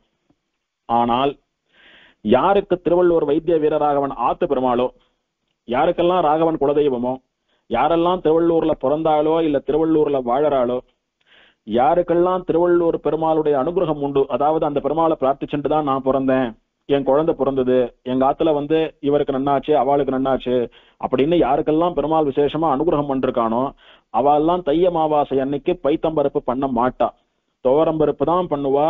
பண்டிகை தலிகையாட்டமா திருக்கண்ணமுதோட கேசரியோட ஆச்சரியமா வடையெல்லாம் பண்ணி பெருமாளுக்கு கண்டருளை பண்ணிட்டு வைத்திய வீரராகவனை நினைச்சுட்டு பெருமாளுக்கு கண்டருளை பண்ணிட்டு அன்னைக்கு பெருமாளுடைய திரு அவதாரம் திருநட்சத்திரம் அப்படின்னு அன்னைக்கு பண்டிகை தலிகை தான். தர்ப்பணம் பண்றதுன்றது உண்டு, அது வேற. ஆனால் அன்னைக்கு துவரம்பருப்பு தலிகை தான் உண்டு. இன்னும் சொல்ல போனா தீவிரமா இந்த பெருமாளை யாரெல்லாம் நன்னா சேவிச்சு இவன் எங்க பெருமாள் அப்படின்னு கொண்டாடுறாளோ அவள்லாம் ஒரு அமாவாசைக்குமே கூட கொஞ்சமா இலப்பருப்பாட்டமா துவரம்பருப்பு பண்ணி பெருமாளுக்கு கண்டருளை பண்ணிட்டு தான் சாப்பிடுறதுன்னு வழக்கமா வச்சுட்டு இருக்கா. அத்தனை தூரம் இந்த பெருமாள் எல்லோருடைய மனதையும் ஆகர்ஷித்த பெருமாள். இப்படி எவன் ஒருத்தன் ரொம்ப விசுவாசத்தோடைய கூட அமாவாசைக்கு வந்து இந்த திருவள்ளூரிலே புஷ்கரணியிலே தீர்த்தமாடிட்டு பெருமாளை சேவிக்கிறானோ அவனுக்கு தேவதேவனான வைத்திய வீரராகவன் எல்லா பலன்களையும் நிறைவேற்றி கொடுக்கிறான் அப்படின்னு சாஸ்திரம் சொல்றது, இந்த மார்க்கண்டேய புராணம் சொல்றது. யத் காமோ நியதஸ்தத்ர ஸ்நாயாத் பர்வணி பர்வணி தத்தத் சர்வமவாப்னோதி தேவதேவ பிரசாததः. எவன் எந்த பலனை ஆசைப்பட்டு கொண்டு முறையாக ஒரு அமாவாசைக்கும் வந்து இந்த ஹுத்தாபனாசினிலே தீர்த்தமாடிவிட்டு தேவதேவனான வைத்திய வீரராகவனை சேவிக்கிறானோ அவனுக்கு அவனுடைய பிரார்த்தனைகள் கோரிக்கைகள் எல்லாம் ஈடேறது. இது சத்தியம் அப்படின்னு புராணம் தெரிவிக்கிறது. இதுக்கு மேலையும் புராணம் ஆச்சரியமா சொல்றது, பெருமாளை சேவிக்கணும்னுட்டு மகான்கள் யோகிகள் ரிஷிகள் எல்லாம் என்ன பண்ணுவா, எங்க போனா பெருமாளை சேவிக்கலாம்னு தெரிஞ்சுக்கிறதுக்கு ஒரு தபஸ் பண்ணுவா. திருவேங்கடமுடையானுடைய சரித்திரத்துல நன்னா பார்த்தோம். பெருமாள் இப்ப எங்க இருக்கார், அவர் எங்க போனா சேவிக்கலாம்னு கேள்வி கேட்டுண்டு இவர் கங்கை கரையில தபஸ் பண்ணார், இவர் ஸ்வர்ணமுகி கரையில தபஸ் பண்ணார், இவர் அங்க பண்ணார், இவர் இமயமலை அடிவாரத்துல பண்ணாருன்னு பல கதைகள் பார்த்தோம். அந்த மாதிரி அந்த காலத்துல மகான்கள்லாம் பெருமாளை சேவிக்கணும்னா பெருமாள் எங்க இருக்கார், எங்க போனா பெருமாளை சீக்கிரம் சேவிக்கலாம்னு தெரிஞ்சுக்கிறதுக்கே ஒரு தபஸ் பண்ணுவா. நாரதர் போல பெருமாளோட நெருக்கமா இருக்கக்கூடிய நாரதரோ பிரம்மாவோ கருடனோ நித்தியசூரிகளோ யாரோ வந்து இவாளுக்கு பெருமாள் இங்க இருக்கார், இங்க போனா இப்ப பெருமாள் ஒருவேர் சேவிக்கலாம்னு சொல்லுவா. திரும்ப இவா சொல்ற இடத்துக்கு போய் அங்க தபஸ் பண்ணணும், அங்க பெருமாள் வர சமயத்துல சேவிப்பா. இப்படி ஸ்வேத தீபத்துக்கு போய் பெருமாளை முயற்சி பண்றதும் சேவிக்கிறதுக்கு, திருப்பார்கடலுக்கு போய் பெருமாளை சேவிக்கணும்னு முயற்சி பண்றதும், அந்த மாதிரி பல இடங்களுக்கு போய் முயற்சி பண்ணுவா. அப்படி போனாலும் கூட இவா போன உடனே பெருமாள் பிரத்யட்சமா வந்ததில்லை. பல காலங்கள் இவா தபஸ் பண்ணினதுக்கு அப்புறம் தான் பெருமாள் வருவ. ஆனா அப்படி அவ்வளோ பெரிய முயற்சி பண்ணியும் கிடைக்காத பெருமாளுடைய சேவை, கிடைக்காத அப்படின்னா ரொம்ப காலம் கழிச்சு கிடைக்கக்கூடிய பெருமாளுடைய சேவை. இந்த சாதாரண பூமியிலே வீக்ஷாரண்ய வனத்திலே புண்ணியாவர்த்த கஷேத்திரத்திலே ஹுத்தாபநாசினியினுடைய கரையிலே பெரிய யோகிகள் ரிஷிகள் தபஸ் பண்றவான்னு இல்லை. சர்வ சாதாரணமா இருக்கக்கூடிய பண்டிதால் என்ன, பாமர ஜனங்கள் என்ன, மனுஷா என்ன, ஜந்துக்கள் என்னன்னு எந்த வித்தியாசமும் இல்லாமல் எல்லோருடைய கண்களுக்கும் தெரியும்படி ஆச்சரியமா பெருமாள் சயனிச்சுருக்கார். அவரை நீங்க போய் தபஸ் பண்ணி சேவிக்கணும்ன்ற வேலையே வேண்டாம். ஏற்கனவே சாலிஹோத்திரர் தபஸ் பண்ணி அவருக்கு அனுகிரகம் பண்ணி பெருமாளை சம்பாதிச்சு வச்சிருக்காரு இந்த கஷேத்திரத்துல. சாலிஹோத்திரர் இப்போ தாத்தாவோ அப்பாவோ சம்பாதிச்சு வாங்கி வச்சிருக்கா, 1க்கு 10 வாங்கி வச்சிருக்கா. அந்த குழந்தை இது வாங்கிதான் அதுல தங்கணும்னு அவசியம் இல்லை.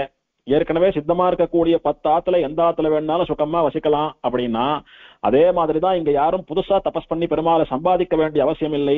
நம்முடைய பிதாமகரான சாலிஹோத்திர மகரிஷி அங்கே சம்பாதித்து வைத்திருக்கிறார். அந்த பெருமாளை போனமா தீர்த்தமாடினமா அனுபவிக்கணுமான்னு ரொம்ப சுலபமா காரியம் முடிஞ்சுடுறது. அதனால பெரிய மகான்களுக்கும் எங்கெங்கயோ தேடினாலும் கிடைக்காத பெருமாள் இங்க ஆச்சரியமா எல்லோருடைய கண்களுக்கும் சேவை சாதிக்கும்படி சயனித்துக் கொண்டிருக்கிறான் அப்படின்னு சாதிக்கிறார். அந்த எம்பெருமானை உங்க மனதிலே மிகுந்த விசுவாசத்தோடு கூட ஆசையோடு கூட பிரார்த்திச்சீங்களானா இந்த 3 லோகத்திலையும் உங்களுக்கு கிடைக்கக்கூடிய பலன் என்ன இல்லாம போறது? எதை கேட்டாலும் கிடைக்கும். அந்த பெருமாளை பிரார்த்திச்சுண்டா அந்த பலன் கிடைக்காதுன்ற விஷயமே கிடையாது. இததான் ஆச்சரியமா தியான ஸ்லோகமா சொல்லிட்டு இருக்கும். வீக்ஷாவனே, வீக்ஷாரண்யம் என்கிற வனத்திலே விஜயகோட்டி விமான மத்தியே, விஜயகோட்டி விமானத்துக்கு நடுவிலே வேதாந்த மிருக்யம் அபி நித்தியம் அசேஷ திருஷ்யம், வேதங்களும் வேதாந்தங்களும் போட்டி போட்டுக்கொண்டு பெருமாளை தேடுறது, பெருமாளை பார்த்துடணும் அப்படின்னு தேடுறது, முயற்சி பண்றது. ஆனாலும் பெருமாளை அதுங்களால பார்க்க முடியல. நான்மறைகள் தேடி ஓடும் செல்வன், நான்மறைகளும் பெருமாளை சேவிக்கணும்னு இன்னும் தேடி அவன் பின்னாலேயே போறது. ஆனா பெருமாளை சேவிக்க முடியல. நான்மறைகள் தேடி எங்கும் காண மாட்டா செல்வன், எத்தனை தேடினாலும் மறைகளால பெருமாளை கண்டுபிடிக்க முடியல. அப்படின்னா என்ன அர்த்தம்? பெருமாளுடைய பிரபாவத்தை உள்ளது உள்ளபடி சொல்ல முடியலன்னு அர்த்தம். அப்பேற்பட்ட பெருமாள் வேதாந்தம், வேதாந்தங்களாலே முருகியம் தேடப்படக்கூடியவனாக இருக்கக்கூடிய பெருமாள். அப்படி இருந்தாலும் வேதாந்தங்களாலேயே தேடப்படக்கூடியவனாக இருந்தாலும் இந்த க்ஷேத்திரத்திலே, எந்த க்ஷேத்திரத்திலே? வீக்ஷா வனத்திலே விஜயகோட்டை விமானத்துக்கு நடுவிலே நித்தியம் அசேஷ திருஷ்யம், எப்போதும் எல்லோர் கண்களுக்கும் தெரியும்படி சித்தமாக படுத்துக் கொண்டிருக்கிறான். இவா போய் சேவிச்சாதான் பெருமாள் தெரியுவான், மீதி பேருக்கு தெரிய மாட்டான்றது கிடையாது. யாகம் பண்ணணும், யோகம் பண்ணணும், தபஸ் பண்ணணும், அப்பதான் பெருமாள் வருவான்றது கிடையாது. வேதாந்தங்களாட்டம் தேடி போனோன்றது கிடையாது. போய் நின்றாலே போறோம், பெருமாள் தெரியறான், கண்ணுக்கு அனுகிரகம் பண்றான், எதை கேட்டாலும் கொடுக்கறான் பெருமாள். அப்பேற்பட்ட தன்னை அடையக்கூடிய ஆசிரிதர்களுக்கு கல்பக விருட்சமாக அவ கேட்கக்கூடிய பலன்களை எல்லாம் தரக்கூடிய வைத்திய வீரராக அவன் இருக்கிறானே, அவன் எனக்கு எல்லா பலன்களையும் தர வேணும், என்னை ரட்சிக்க வேணும் என்பதாக பிரார்த்திக்கப்படுகிறது அந்த ஸ்லோகத்திலே. வீக்ஷாவனே விஜயகோட்டி விமான மத்தியே வேதாந்த மிருக்யம் அபி நித்யம் அசேஷ திருஷ்யம் ஹுத்தாபநரசனசடஸ்தர பாரிஜாதம் ஸ்ரீவீரராகவமகம் சரணம் பிரபத்யே. இந்த ஹுத்தாபநாசினி சரஸ்னு சொல்லக்கூடிய புஷ்கரணியினுடைய கரையிலே ஒரு பெரிய மரம் கொழுத்து வளர்ந்திருக்கிறது. என்ன மரம் அப்படின்னா, அந்த மரத்துக்கிட்ட போய் யார் எதை கேட்டாலும் தரக்கூடியதான வசந்த பாரிஜாத விருட்சம்னு சொல்லக்கூடிய கல்பக மரம் அது. அதுக்கு என்ன பெயர் தெரியுமோ? ஸ்ரீ வீரராகவன்னு பெயர். பிராட்டியோடு கூட வசுமதேன்னு சொல்லக்கூடிய கனகவள்ளி தாயாரோடு கூட இருக்கக்கூடிய வீரராகவன்னு பெயர் அவனுக்கு. அந்த எம்பெருமானை, அந்த கல்பக விருட்சத்தை அகம் சரணம் பிரபத்தியே, நான் சரணமாக அடைகிறேன், அவன் எனக்கு தேவையானதெல்லாம் கொடுத்து என்ன நன்னா வச்சுப்பான், அவனுடைய திருவடிவாதமான மோட்சத்தையும் கொடுப்பான்னு புராணம் சாதிக்கிறது. அதைத்தான் தியான ஸ்லோகமா சொல்லிட்டு இருக்கோம். இப்படி ஆச்சரியமா இந்த க்ஷேத்திரத்திலே பிரம்மா முதலான தேவர்கள் எல்லாம் பல காலம் வசித்துக் கொண்டு புஷ்கரணியிலே தீர்த்தமாடிக்கொண்டு எம்பெருமான தகுந்த முறையிலே ஆராதனம் பண்ணிக்கொண்டு எல்லா பலன்களையும் பெற்று வந்தார்கள் அப்படின்னு சாஸ்திரம் தெரிவிக்கிறது. பெருமாள் என்ன பண்றான்?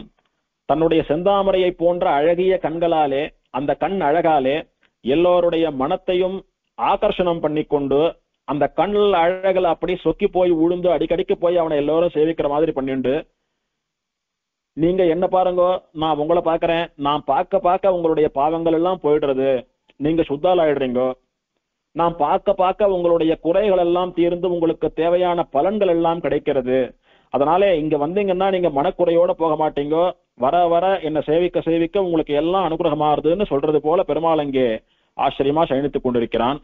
அந்த சக்தியை ரிஷிகள் தேவர்கள் எல்லாம் ஆச்சரியமா ஸ்தோத்திரம் பண்றான். பெருமாள் இங்க எப்படி எல்லாம் இருக்கான்னு ஒரு தேவரும் திருவேங்கடமுடியான ஸ்தோத்திரம் பண்ணது போல இந்த ராகவனையும் ஸ்தோத்திரம் பண்றா எல்லோரும். இப்ப பெருமாள் சொல்றார், தேவர்களே ரிஷிகளே, உங்களுடைய ஸ்தோத்திரங்களாலும் நீங்க பண்ணின ஆராதனங்களாலும் எனக்கு ரொம்ப சந்தோஷம். இப்படி ஆராதனையாலும் ஸ்தோத்திரத்தாலும் என்ன சந்தோஷப்படுத்தின நீங்க, உங்களுக்கு என்ன தேவையோ அதை கேளுங்க, நான் கொடுக்குறேன். இடிஞ்சு போன பாழடைஞ்சு போன கோயில் மண்டபம், கோபுரம், பிராகாரம் இதெல்லாம் கட்டுறது, வாஜபேயம் அப்தோரியாமம், அஸ்வமேதம் முதலான பெரிய யாகங்களை பண்றது, எல்லோருடைய தாகத்தையும் உடல் உஷ்ணத்தையும் தணிப்பதற்காக பெரிய குளத்தை வெட்டுறது, லட்சக்கணக்கான வீடுகளை கட்டி வைத்து ஒரு அக்ரஹாரமா பிரதிஷ்டை பண்ணி பிராமணாளுக்கு வீட தானம் பண்றது, ஆயிரக்கணக்கிலே மரங்களை நட்டு வச்சு காட்டை அபிவிருத்தி பண்ணி நிழலுக்கும் காய் கனிகளுக்கும் வழிவகை பண்றது, நிறைய தர்மகாரியங்கள் பண்றது. பிரம்மன் என்ன, இந்திரன் என்ன, இவாளுடைய சொத்துக்களை காட்டிலும் அதிகமான சொத்துக்களை சேர்த்துக் கொள்வது, உத்தமமான ஒரு குடும்ப பெண்ணை திருமணம் செய்து கொண்டு அவளோடு நல்ல இல்லற வாழ்க்கையை நடத்துவது, சம்சாரம்னு சொல்லக்கூடிய இந்த அஞ்ஞானம் நீங்கி மோட்சம் அடையிறது, துர்மரணம் அடையணும்னு ஒருத்தன் தலையில எழுதியிருந்தா அந்த விதியையும் மாத்தி அந்த ஆபத்தில இருந்து அவனை காப்பாத்தி நல்ல விதத்திலே அவனுக்கு மரணம் கிடைப்பதுன்னு சொல்லக்கூடிய மோட்சத்தை ஏற்படுத்தி கொடுப்பது, எல்லா வியாதிகளையும் நிவர்த்தி பண்றது, பூரணமான ஆயுஷோட தீர்காயுஷோட இருக்கிறது, கடைசி நிமிஷம் வரைக்கும் சரீரத்துல நோய் இல்லாமல் ஆரோக்கியமாக இருப்பது, தனம்னு சொல்லக்கூடிய செல்வம், தானியங்கள், பசு, புத்திரம், ஐஸ்வர்யங்கள், எதிரிகளே இல்லாமல் மன நிம்மதியோட இருப்பது, அப்படின்னு யார் யார் என்னென்ன பிரார்த்திக்கிறாளோ அவ ஆசைக்கு தகுந்தபடி எந்த பலனாயிருந்தாலும் நான் கொடுக்கிறேன். அதனால யார் யாருக்கு என்ன இஷ்டமோ எல்லாம் கேளுங்கோ அப்படின்னு பெருமாள் சொல்ற. இங்க ஒரு விசேஷம் நம்ம நன்னா யோசிக்க வேண்டியது என்னன்னா, இவ்வளவு சொல்லணும்ன்ற அவசியமே இல்ல. பெருமாள் யாருக்கு என்ன இஷ்டமோ கேளுங்கோ கொடுக்கிறேன், முடிஞ்சு போயிடுதா? எதுக்கு இதெல்லாம் பட்டியல் போட்டு சொல்லிட்டு வர்றாரு அப்படின்னா, ஏற்கனவே அடியன் விஞ்ஞாபிச்சிருந்தேன், வரம் கொடுப்பவன் வரதன், வரம் ததாதி இதி வரதகா. பொதுவா வரதன் அப்படின்றது பெருமாளுடைய திருநாமங்களிலே ஒண்ணு. நம்ம கேட்கிற வரத்தை கொடுக்கிறவன். அந்த வரம் அப்படின்னா என்ன?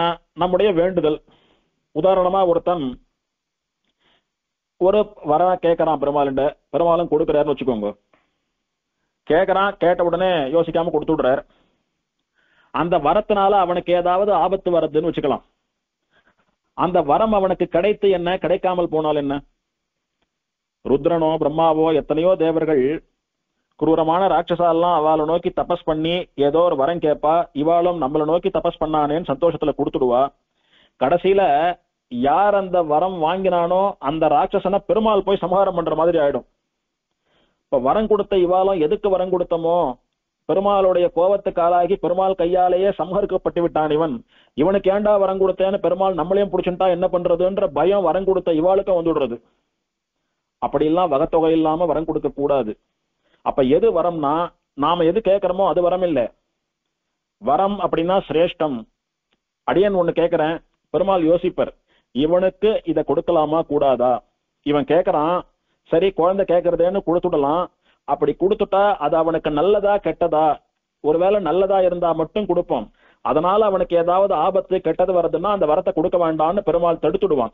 அதனால எத்த கேட்டாலும் கொடுக்கறதுன்றது வரம் கிடையாது. எது சிரேஷ்டமோ, எது வரம் வாங்கின்றவனுக்கும் மற்றவாளுக்கும் நல்லதோ அதை மட்டுமே கொடுக்கக்கூடியதுதான் தெய்வம், அவன் தான் பெருமாள். அதனால பெருமாள் எதை கேட்டாலும் கொடுக்கிறேன்னு சொன்னவன் என்னவெல்லாம் கேட்கணும்ன்றதையும் சொல்லி கொடுக்குறான் பாருங்க, ஆச்சரியமா. சுப்ரசன்னோஸ்மி விபுதாக பிரார்த்தயத்வம் யதேப்சிதம் சர்வம் வத்ர பிரதாஸ்யாமி வ்ருணீத்வம் நாத்ர சம்சயः தர்மம் அர்த்தம் ச காமம் ச கைவல்யம் ச யதேக்ஷிதம் ஆபத்விமோசனம் சாபி சர்வோபத்ரவநாசனம் ஆயுராரோக்கியம் ஐஸ்வர்யம் ரிபூணாம் சக்ஷயம் ததா. என்னென்னலாம் கேட்கலாம், தப்பு கிடையாதுன்னு பெருமாள் காட்டி கொடுக்கிறார். பெரிய பட்டியல் சொன்னார். வேதங்களிலே சொல்லப்பட்ட தான தர்மங்களை பண்ற அளவுக்கு எனக்கு சக்தி கொடுங்க, பெரிய யாக யக்ஞங்கள் எல்லாம் பண்ற அளவுக்கு ஆச்சார அனுஷ்டானத்தையும் சக்தியையும் ஞானத்தையும் கொடுங்கள். பொதுமக்களுக்கு நல்லது பண்ணக்கூடிய குளம் வெட்டுறது, மரம் நடுறது, அந்த மாதிரி காரியங்கள்லாம் நான் நிறைய பண்ணணும். அப்படின்னா என்ன அர்த்தம்? முதல்ல எனக்கு வாழ்க்கை கஷ்டம் இல்லாம போனாதான் நான் மத்தவாளை பத்தி யோசிக்க முடியும். அதனால என்ன நன்னா ராஜா போல வச்சுக்கோ, நோய் நொடி இல்லாம ஆரோக்கியத்தோட நல்ல ஞானத்தோட நல்ல மனைவி, நல்ல மக்கள், நல்ல குடும்பம், நல்ல செல்வ செழிப்பு, நல்ல நோய் நொடி இல்லாத ஆரோக்கியம், தீர்காயுசு, அந்த மாதிரி என்ன நன்னா வச்சுக்கோ. அப்போ நான் மத்தவாளை பத்தி யோசிப்பேன். அப்படி யோசிச்சு நிறைய மரங்களை நட்டு வைப்பேன். அதுல நிறைய பேர் நிழல்ல இலப்பாரி தூங்குவா, ஓய்வெடுத்துப்பா, சாப்பிடுவா, பசியாறுவா, நிறைய பட்சி மிருகங்கள்லாம் வசிக்கும். பெரிய குளங்கள் எல்லாம் வெட்டி வைப்பேன். நிறைய பேர் விடாய் தீர குளிப்பா, தீர்த்தம் ஆடுவா, தலிகை பண்ணிப்பா, சாப்பிடுவா, சந்தோஷமா இருப்பா. நிறைய நீர்வாழ் உயிரினங்கள்லாம் வாழும். எனக்கே மிதமிஞ்சிய பணம் கொடுத்தியானா நான் நிறைய வீடுகள் எல்லாம் கட்டி நிறைய பிராமணாளுக்கு தானம் பண்றேன், நிறைய யாகங்கள் எல்லாம் பண்றேன். அப்படி என்னை எல்லா விதத்திலும் குறைவில்லாமல் வைத்துக் கொள்ளுன்னு பிரார்த்திங்கோ, தப்பே கிடையாது. எப்படி பிரார்த்திக்கணும் தெரியுமோ? தர்மம், அர்த்தம், காமம், மோட்சம்னு கூட சொல்லல, கைவல்யம்னு சொல்லிட்டு மோட்சம்னு சொல்ற. உன்னுடைய ஆத்மாவையே நீ அனுபவிச்சுருக்கன்னு சொன்னாலும் சரி, அது வேணாலும் சரி தரேன் உனக்கு. நீ உத்தமமான மோட்சத்தை கேட்டாலும் தரேன். உனக்கு ஆபத்துல இருந்து விடுதலை கிடைக்கணும்னா ஆபத்துகளே இல்லாமல் பண்றேன். உனக்கு எந்த விதத்துல எப்படி டார்ச்சர் வந்தாலும் அது இல்லாம பண்றேன். சர்வ உபத்திரவ நாசனம், எந்த உபத்திரவமும் இல்லாதபடிக்கு உன்னை வச்சுக்கிறேன். ஆயுள் கொடுக்கிறேன், ஆரோக்கியம் கொடுக்கிறேன், ஐஸ்வர்யம் கொடுக்கிறேன். ரிபூணாம் க்ஷயம் ததா, உன்னுடைய எதிரிகளே இல்லாமல் பண்ணி விடுகிறேன். அப்படின்னா எல்லாம் உனக்கு அனுகூலமானவா தான் இருப்பா, எதிரின்னு ஒருத்தர் இருக்கவே மாட்டா. இப்படி யார் எதை கேட்டாலும் நான் நிச்சயம் பண்ணி தரேன் அப்படின்னுட்டு பெருமாளவாளுக்கு வாக்கு கொடுக்கிறார். அப்பேற்பட்ட உத்தமமான தெய்வம் இது. சொன்னபடியே இன்னைக்கும் கொடுத்துட்டு இருக்கு. இது பொதுவா எல்லாரையும் பார்த்து பெருமாள் சொன்ன வார்த்தை. இப்ப விசேஷமா தேவர்களை பார்த்து பெருமாள் ஒரு வார்த்தை சொல்றார்.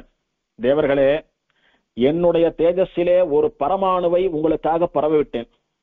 அந்த நம்முடைய தேஜோம்சம் அசுர சம்ஹாரமாக எல்லாவற்றையும் தானே பண்ணிடும் அப்படின்னு சொல்றார். அப்படின்னா எல்லா தேவதைகளுக்கும் எம்பெருமான் தான் எல்லாத்தையும் அனுகிரகம் பண்ணிட்டு இருக்கான்னு புராணங்கள்லாம் தெரிவிக்கிறது, வேதம் தெரிவிக்கிறது, ஆழ்வார்கள்லாம் தெரிவிக்கிறார். அப்ப ஒரு தேவதைக்கு ஒரு சக்தி உண்டுன்னா அதெல்லாம் கொடுத்தது யாரு? பெருமாள் தான். அதுவும் எப்படி கொடுக்கிறான் பாருங்க பெருமாள். அவனுடைய சக்தியிலேருந்து, அவனுடைய தேஜஸ்ல இருந்து ஒரு பரமாணு, அணுன்னு சொல்லக்கூடியதே கண்ணுக்கு தெரியாதது, மைன்யூட்னு சொல்றோம். பரமாணு அப்படின்னா பரமாணு, அந்த அணுவையே பல லட்சம் கூறுகளா போட்டா அதுல கிடைக்கக்கூடிய ஒரு மைக்ரோ பாயிண்ட் தான், கண்ணுக்கே தெரியாமல் அளவே எழுத முடியாத ஒரு பாயிண்ட் தான் பரமாணுன்னு சொல்லக்கூடியது. அந்த அளவுதான் சக்தி கொடுக்குறான் பெருமாள் தேவதைகளுக்கு. அந்த சக்திக்கே அதுகளுக்கு அவ்வளவு பவர்னா, அப்ப இவனுடைய சக்தி என்னன்னு தெரிஞ்சுக்கணும் நாம. என்னுடைய சக்தியில, என்னுடைய தேஜஸ்ல ஒரு பரமாணுவை உங்களுக்காக நான் விடுறேன், உங்க மேல கொடுக்குறேன், உங்க சரீரத்துல புகுத்துறேன். இதை வச்சுண்டு நீங்களே இனிமேல் அசுர சம்ஹாரங்களை எல்லாம் பண்ணிண்டு நீங்களே உங்க ஆபத்துல இருந்து உங்களை காப்பாத்திண்டு சுகமா இருங்கோ. அதுக்காக நான் உங்களை காப்பாற்ற மாட்டேன்னு சொல்லல, உங்க எல்லாரையும் காப்பாத்துறதுதான் எனக்கு காரியம். இருந்தாலும் கூட எதுக்கு நீங்கெல்லாம் என்னண்ட வரீங்கோ? உங்களுக்கு இல்லாத சக்தி எனக்கு இருக்கு, அதனால வரங்கோ. என் சக்தியிலேயே நான் ஒரு பாகத்தை கொடுக்குறேன். எப்படி அந்த ராட்சசனை நான் படுத்துட்டு இருக்க செய்தேயும் ஒரு திவ்ய புருஷனை ஏவி சம்ஹாரம் பண்ணினேனோ, அந்த மாதிரி என்னுடைய சக்தியை அந்த திவ்ய புருஷன் உடம்புல செலுத்தி சம்ஹாரம் பண்ண மாதிரி என்னுடைய சக்தியில ஒரு பாயிண்ட உங்களுக்கு கொடுக்குறேன். அதை வச்சுட்டு நீங்களே அசுராலை எல்லாம் சம்ஹாரம் பண்ணிட்டு சௌக்கியமா இருங்கோ, உங்களுக்கு அது கௌரவம் அப்படின்னு சொல்லி இந்திரன் மேல தன்னுடைய ஒரு அம்சத்தை, தன்னுடைய தேஜஸ்ல ஒரு பரமாணு போல இருக்கிற சின்ன ஒரு அம்சத்தை இந்திரனுக்குள்ள அப்படி பெருமாள் தூக்கி போட்டார். இந்திரனுக்குள்ள பெருமாளுடைய சக்தி பிரவேசிச்சது. இதை வச்சுண்டு இந்திரன் ருத்ராசுரன் சொல்லக்கூடிய ஒரு பெரிய ராட்சசனை சம்ஹாரம் பண்ணினான். சம்ஹாரம் பண்ணி ருத்ராசுரனையே இந்திரன் ஜெயிச்சுட்டான். மத்த ராட்சசாலெல்லாம், மத்த அசுரால் எல்லாம் இந்திரனிடத்திலே ரொம்ப ஜாக்கிரதையா இருக்கணும் அப்படின்னு எல்லோரும் பயந்து நடுங்கிட்டு இருந்தா, அந்த மாதிரி இந்திரனை பார்த்தும் அசுரால் எல்லாம் நடுங்கும்படியாக விசேஷ அனுகிரகம் பண்ணினவன் இந்த பெருமாள் அப்படின்னு சலபுராணம் தெரிவிக்கிறது. இதெல்லாம் எதனால தெரியுமோ? ஏவம் இஷ்டப்ரதோ விஷ்ணு தீர்த்தே ஹிருத்தாபநாசனே அத்தத் சதுருஷோ லோகே நாஸ்தி அபீஷ்டபலப்பிரதா. இந்த கஷேத்திரத்திலே ஹிருத்தாபநாசினி தீர்த்தத்திலே ஸ்நானம் பண்ணினவர்களுக்கு இப்படிதான் எல்லாருக்கும் அந்தர்யாமியா இருக்கக்கூடிய பெருமாள் அவாவாளுடைய இஷ்டங்கள், அவா கேட்கறதுக்கும் மேல இதெல்லாம் கொடுப்பான். அதனால இந்த ஹிருத்தாபநாசன தீர்த்தத்துக்கு சமானமான தீர்த்தம் எந்த லோகத்திலும் இல்லை அப்படின்னு தீர்த்தத்தினுடைய பலம் சொல்லப்படுறது. எவன் ஒருத்தன் இந்த வாழ்க்கைக்கு தேவையான சுகங்கள், நல்ல பணம், ஆரோக்கியம், நல்ல படிப்பு, நல்ல மனைவி, நல்ல கணவன், நல்ல குழந்தைகள் அப்படின்னு இந்த லோகத்திலே வாழக்கூடிய வாழ்க்கைக்கு தேவையான ஐகிகங்களை பிரார்த்திக்கிறானோ அதையும் பெருமாள் கொடுக்கிறான். எவன் ஒருத்தன் ஆமுஷ்மிக சுகம்னு சொல்லக்கூடிய மோட்சத்தை ஆசைப்படுறானோ அதையும் பெருமாள் கொடுக்கிறான். இப்படி எந்த பக்தன் எதை கேட்டாலும் அவனுக்கு அதை கொடுத்து பக்த சம்ரக்ஷணம் பண்ணக்கூடியவன் இந்த வைத்திய வீரராகவன். இந்த எம்பெருமானுடைய பெருமையை, இவன் சயனித்துக் கொண்டிருக்கக்கூடிய கஷேத்திரத்தினுடைய புராணத்தை இந்த பெருமாள் அப்படியே ஆச்சரியமா சயனித்திருக்கிற அந்த கஷேத்திரத்துக்கு அருகிலே இருக்கக்கூடியதான இந்த ஹிருத்தாபநாசினி தீர்த்தத்தினுடைய பெருமையை ஒரு வைஷ்ணவனும் ஒரு வீரராகவனுடைய பக்தனும் பெரியோர்களிடத்திலே கேட்க வேணும் அப்படின்னு யார் சொல்றது? ரிஷி சொல்றார். புராணத்தை எழுதின மார்க்கண்டேய மகர்ஷியே சொல்றார். இந்த ஸ்தல புராணத்தை, இந்த பெருமாளுடைய பெருமையை, இந்த தீர்த்தத்தினுடைய பெருமையை ஒரு வைஷ்ணவனும் வீரராகவனிடத்திலே விசுவாசம் உள்ள ஒருத்தனும் பெரியவர்களிடத்திலே கேட்க வேணும், கேட்க கடவன். அப்படின்னா என்ன? சுவாமி, நீங்க ரிஷியாச்சே, நீங்க தானே எல்லார காட்டிலும் பெரியவர், நீங்களே சொல்லிட்டுங்களே, அதுக்கு மேல நாங்க யாரண்ட என்ன போய் கேட்கணும் சுவாமி அப்படின்னா, அதுக்கு மேல சொல்றார், நாம இந்த ஊரை பத்தி சொல்றதெல்லாம் அந்த க்ஷேத்திரத்துல ஒரு துளி தான். நான் என்ன சொன்னனோ அது மட்டும்தான் அந்த க்ஷேத்திரத்துக்கு பெருமைன்னு நினைச்சுக்க வேண்டாம். நான் சொன்னது ஒரு துளி. ஆனால் சமயத்துக்கு சமயம் இந்த எம்பெருமானுடைய சக்தி விசேஷம் வெளிப்பட்டுண்டே இருக்கும். ஒருத்தருக்கு பெருமாள் ஒரு விதமா விசேஷமான அனுகிரகத்தை பண்ணிட்டு இருப்பான்.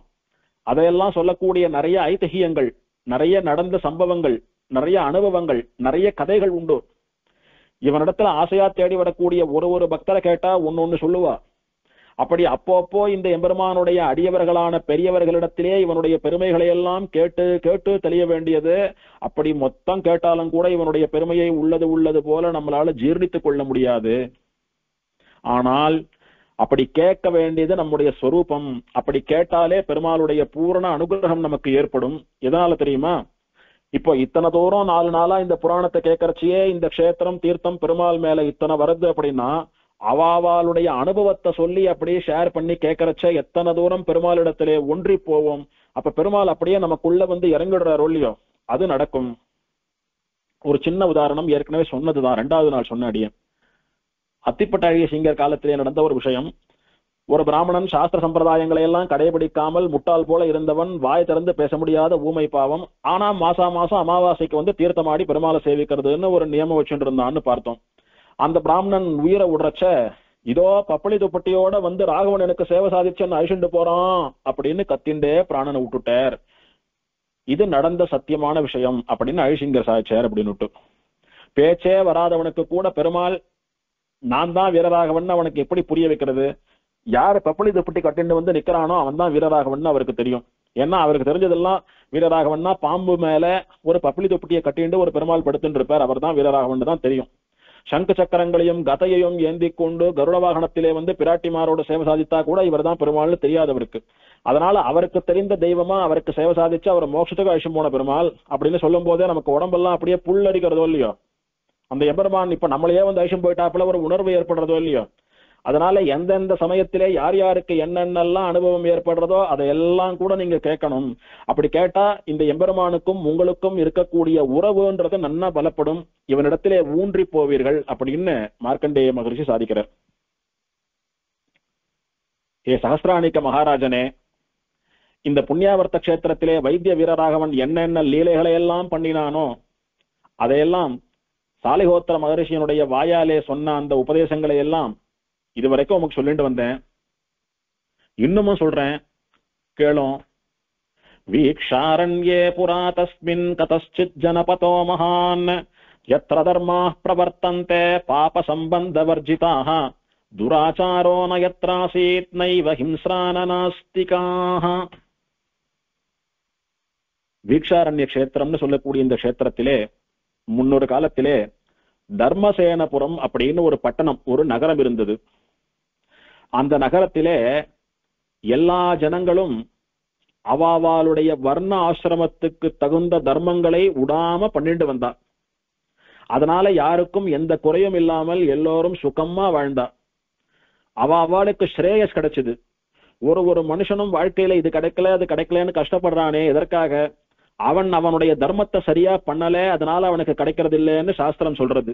ஆனா அந்த காலத்திலே இந்த வீக்ஷாரண்ய கஷேத்திரத்துக்கு நடுவே இருந்த தர்மசேனபுரத்திலே வசித்த மக்கள்னா பிராமணா மட்டும் இல்ல, எல்லா மக்களும் எந்த குறையும் இல்லாமல் நல்ல ஸ்ரேயஸோட வாழ்ந்தா. என்ன காரணம்னா அவாவாளுடைய வர்ணத்துக்கும் ஆசிரமத்துக்கும் உரிய தர்மங்களை விடாம பண்ணிட்டு வந்தா.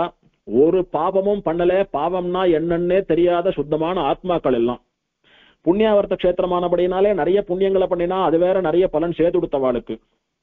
அதனால இங்க சாஸ்திரத்தை கடைபிடிக்காத ஒரு துஷ்டன், ஒரு பக்தி இல்லாதவன், ஒரு நாஸ்திகன் யாரையானும் காட்டுன்னு சொன்னா கூட அந்த நகரத்துல யாரையும் காட்ட முடியாது. தேடி தேடி பார்த்துட்டு யாரும் அந்த மாதிரி கிடைக்கல அப்படின்னு தான் சொல்லுவாளே தவிர இதோ இருக்கான் ஒருத்தனை காட்டிட முடியாது அங்க. அப்பேற்பட்ட தர்மாத்மாக்கள் வாழ்ந்த ஊர் அது. அங்கே பிராணிகளை ஹிம்சிப்பதுன்றதே கிடையாது. அப்படின்னா யாரும் அசைவம் சாப்பிட மாட்டா, எல்லாம் பிராணிகளை தங்களுடைய குழந்தை போலதான் பார்த்துப்பா. யாரும் பெருமாள் இல்ல, வேதம் இல்ல, லோகத்தை பெருமாள் படைக்கலன்னு நாஸ்திகவாதம் பண்றவன் ஒருத்தனையும் அங்க பார்க்க முடியாது. இப்படி பிராமணால இருந்து கடைசி ஜாதிகள் வரைக்கும் எல்லோரும் வசிப்பதற்கு உரிய ஒரு நகரமாக அவாவாளுடைய காரியங்களை பண்ணிட்டு சந்தோஷமா வாழ்க்கையை கழிக்கும்படியான உத்தமமான நகரமாக தர்மசேனபுரம் என்கிற ஊர் இருந்தது. அந்த தர்மசேனபுரத்திலே ராமோ விக்கிரகவான் தர்மஹான்னு சொன்னது போல ராமன் தர்மமே வடிவெடுத்து வந்தவன். ராமன் நடக்கிறான் அப்படின்னா ராமன் நடக்கல, தர்மமே ராமனா மாறி நடக்கிறதுன்னு சொல்லும்படியா தர்மங்களை அனுஷ்டித்து காட்டியவனோன்னு ராமன்.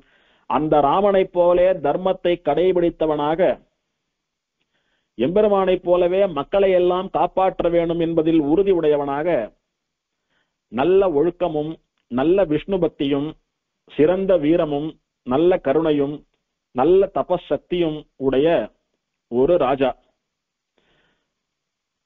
அந்த ராஜா யார் தெரியுமோ? திலீப சக்கரவர்த்தின்னு சொல்லக்கூடிய திலீப மகாராஜாவினுடைய வம்சத்திலே பிறந்தவன். நல்ல வீரம், கம்பீரம், மிடுக்கு, இரக்கம், இதிலெல்லாம் திலீப மகாராஜாவுக்கு சமானமானவன். அவனுக்கு பேர் என்ன தெரியுமோ? தர்மசேனன் அப்படின்னு பெயர் அவனுக்கு. தர்மசேனன் ஒரு ராஜா, ஒரு சத்திரியன் இருந்தான். அவனுடைய பெயராலே தான் அந்த பட்டணத்துக்கு தர்மசேனபுரம்னு பெயர். அந்த தர்மசேன மகாராஜா தான் நல்லவனா, தான் தர்மத்தை கடைபிடிக்கிறவனா இருக்கிறது மட்டும் இல்லாமல் அவன் தேசத்துல இருந்த அத்தனை ஜனங்களும் நல்லதையே பண்ணணும், தர்மங்களையே கடைபிடிக்கணும், பக்தி யோகத்திலே, கர்மயோகத்திலே, ஞான யோகத்திலே ஏதாவது ஒன்னை கடைபிடித்து பெருமாள் திருவடிகளை சேரணும்னு எல்லாரையும் வலியுறுத்திட்டு வந்தான். எத்தர ராஜா தத்திர பிரஜா. ஆளக்கூடியவன் எப்படி இருக்கிறானோ அப்படிதான் பிரஜைகள்லாம் இருக்கும். இவன் உத்தமமா இப்படி இருந்து இப்படிதான் இருக்கணும்னு எல்லோரையும் சிக்ஷிச்சபடியினாலே அவனுடைய நகரமே, அவனுடைய பட்டணமே ஒழுங்கா இருந்தது. அப்பேற்பட்டவன் ஒரு பெரிய ராஜ்யத்தை ஆர்ஜம் பண்ணிட்டு வந்தான். அப்படின்னா அவனுடைய ராஜ்யத்திலே நிறைய நதிகள் ஓடித்து, நிறைய குளங்கள் இருந்தது, நிறைய மலைகள் இருந்தது, நிறைய குகைகள் இருந்தது, நிறைய வனங்கள் இருந்தது, நல்ல வாசனையை வீசக்கூடிய எத்தனையோ புஷ்ப செடிகள், மரங்கள் இருந்தது, சின்ன சின்ன காடு, பெரிய பெரிய காடு, இப்படி எல்லாம் ஒரு பெரிய வாஸ்டான ஒரு பெரிய ஏரியாவை ராஜ்யம் பண்ணக்கூடிய ஒரு பெரிய ராஜாவா வெண்கொற்ற குடையின் கீழே அமர்ந்து ராஜ்யம் பண்ணிட்டு வந்தான் தர்மசேன மகாராஜன். அந்த தர்மசேன மகாராஜனுக்கு பெருமாள் பிரத்யட்சமா இந்த க்ஷேத்திரத்திலே சேவை சாதிக்கிறார். அந்த தர்மசேன மகாராஜாவினுடைய பெண்ணாக பிறந்த பிராட்டியைத்தான் பெருமாள் இங்கே கல்யாணம் பண்ணி கொள்கிறார். பெருமாளும் பிராட்டியும் கல்யாண கோலத்திலே சேவை சாதித்து தர்மசேன மகாராஜாவுக்கு அனுகிரகம் பண்ணி மோட்சம் கொடுக்கிறா.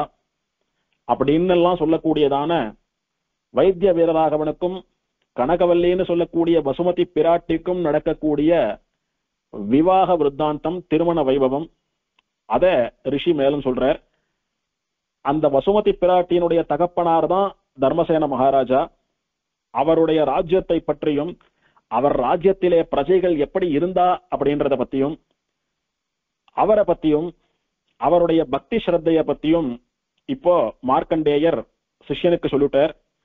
இனி பெருமாள் பிராட்டியினுடைய கல்யாணம் முதற்கொண்டு மீதி வைபவத்தை பார்க்க வேணும். ஸ்ரீபூமிலாலித பதம் சிதசேஷதல்பம் கல்பாந்தயோக்ய புவனாவன யோக நித்ரம் ஸ்ரீசாலிஹோத்ர சிரசா திருதஹஸ்த பத்மம் ஸ்ரீவீர ராகவ விபும் ஸ்ரயதாம் மனோமே.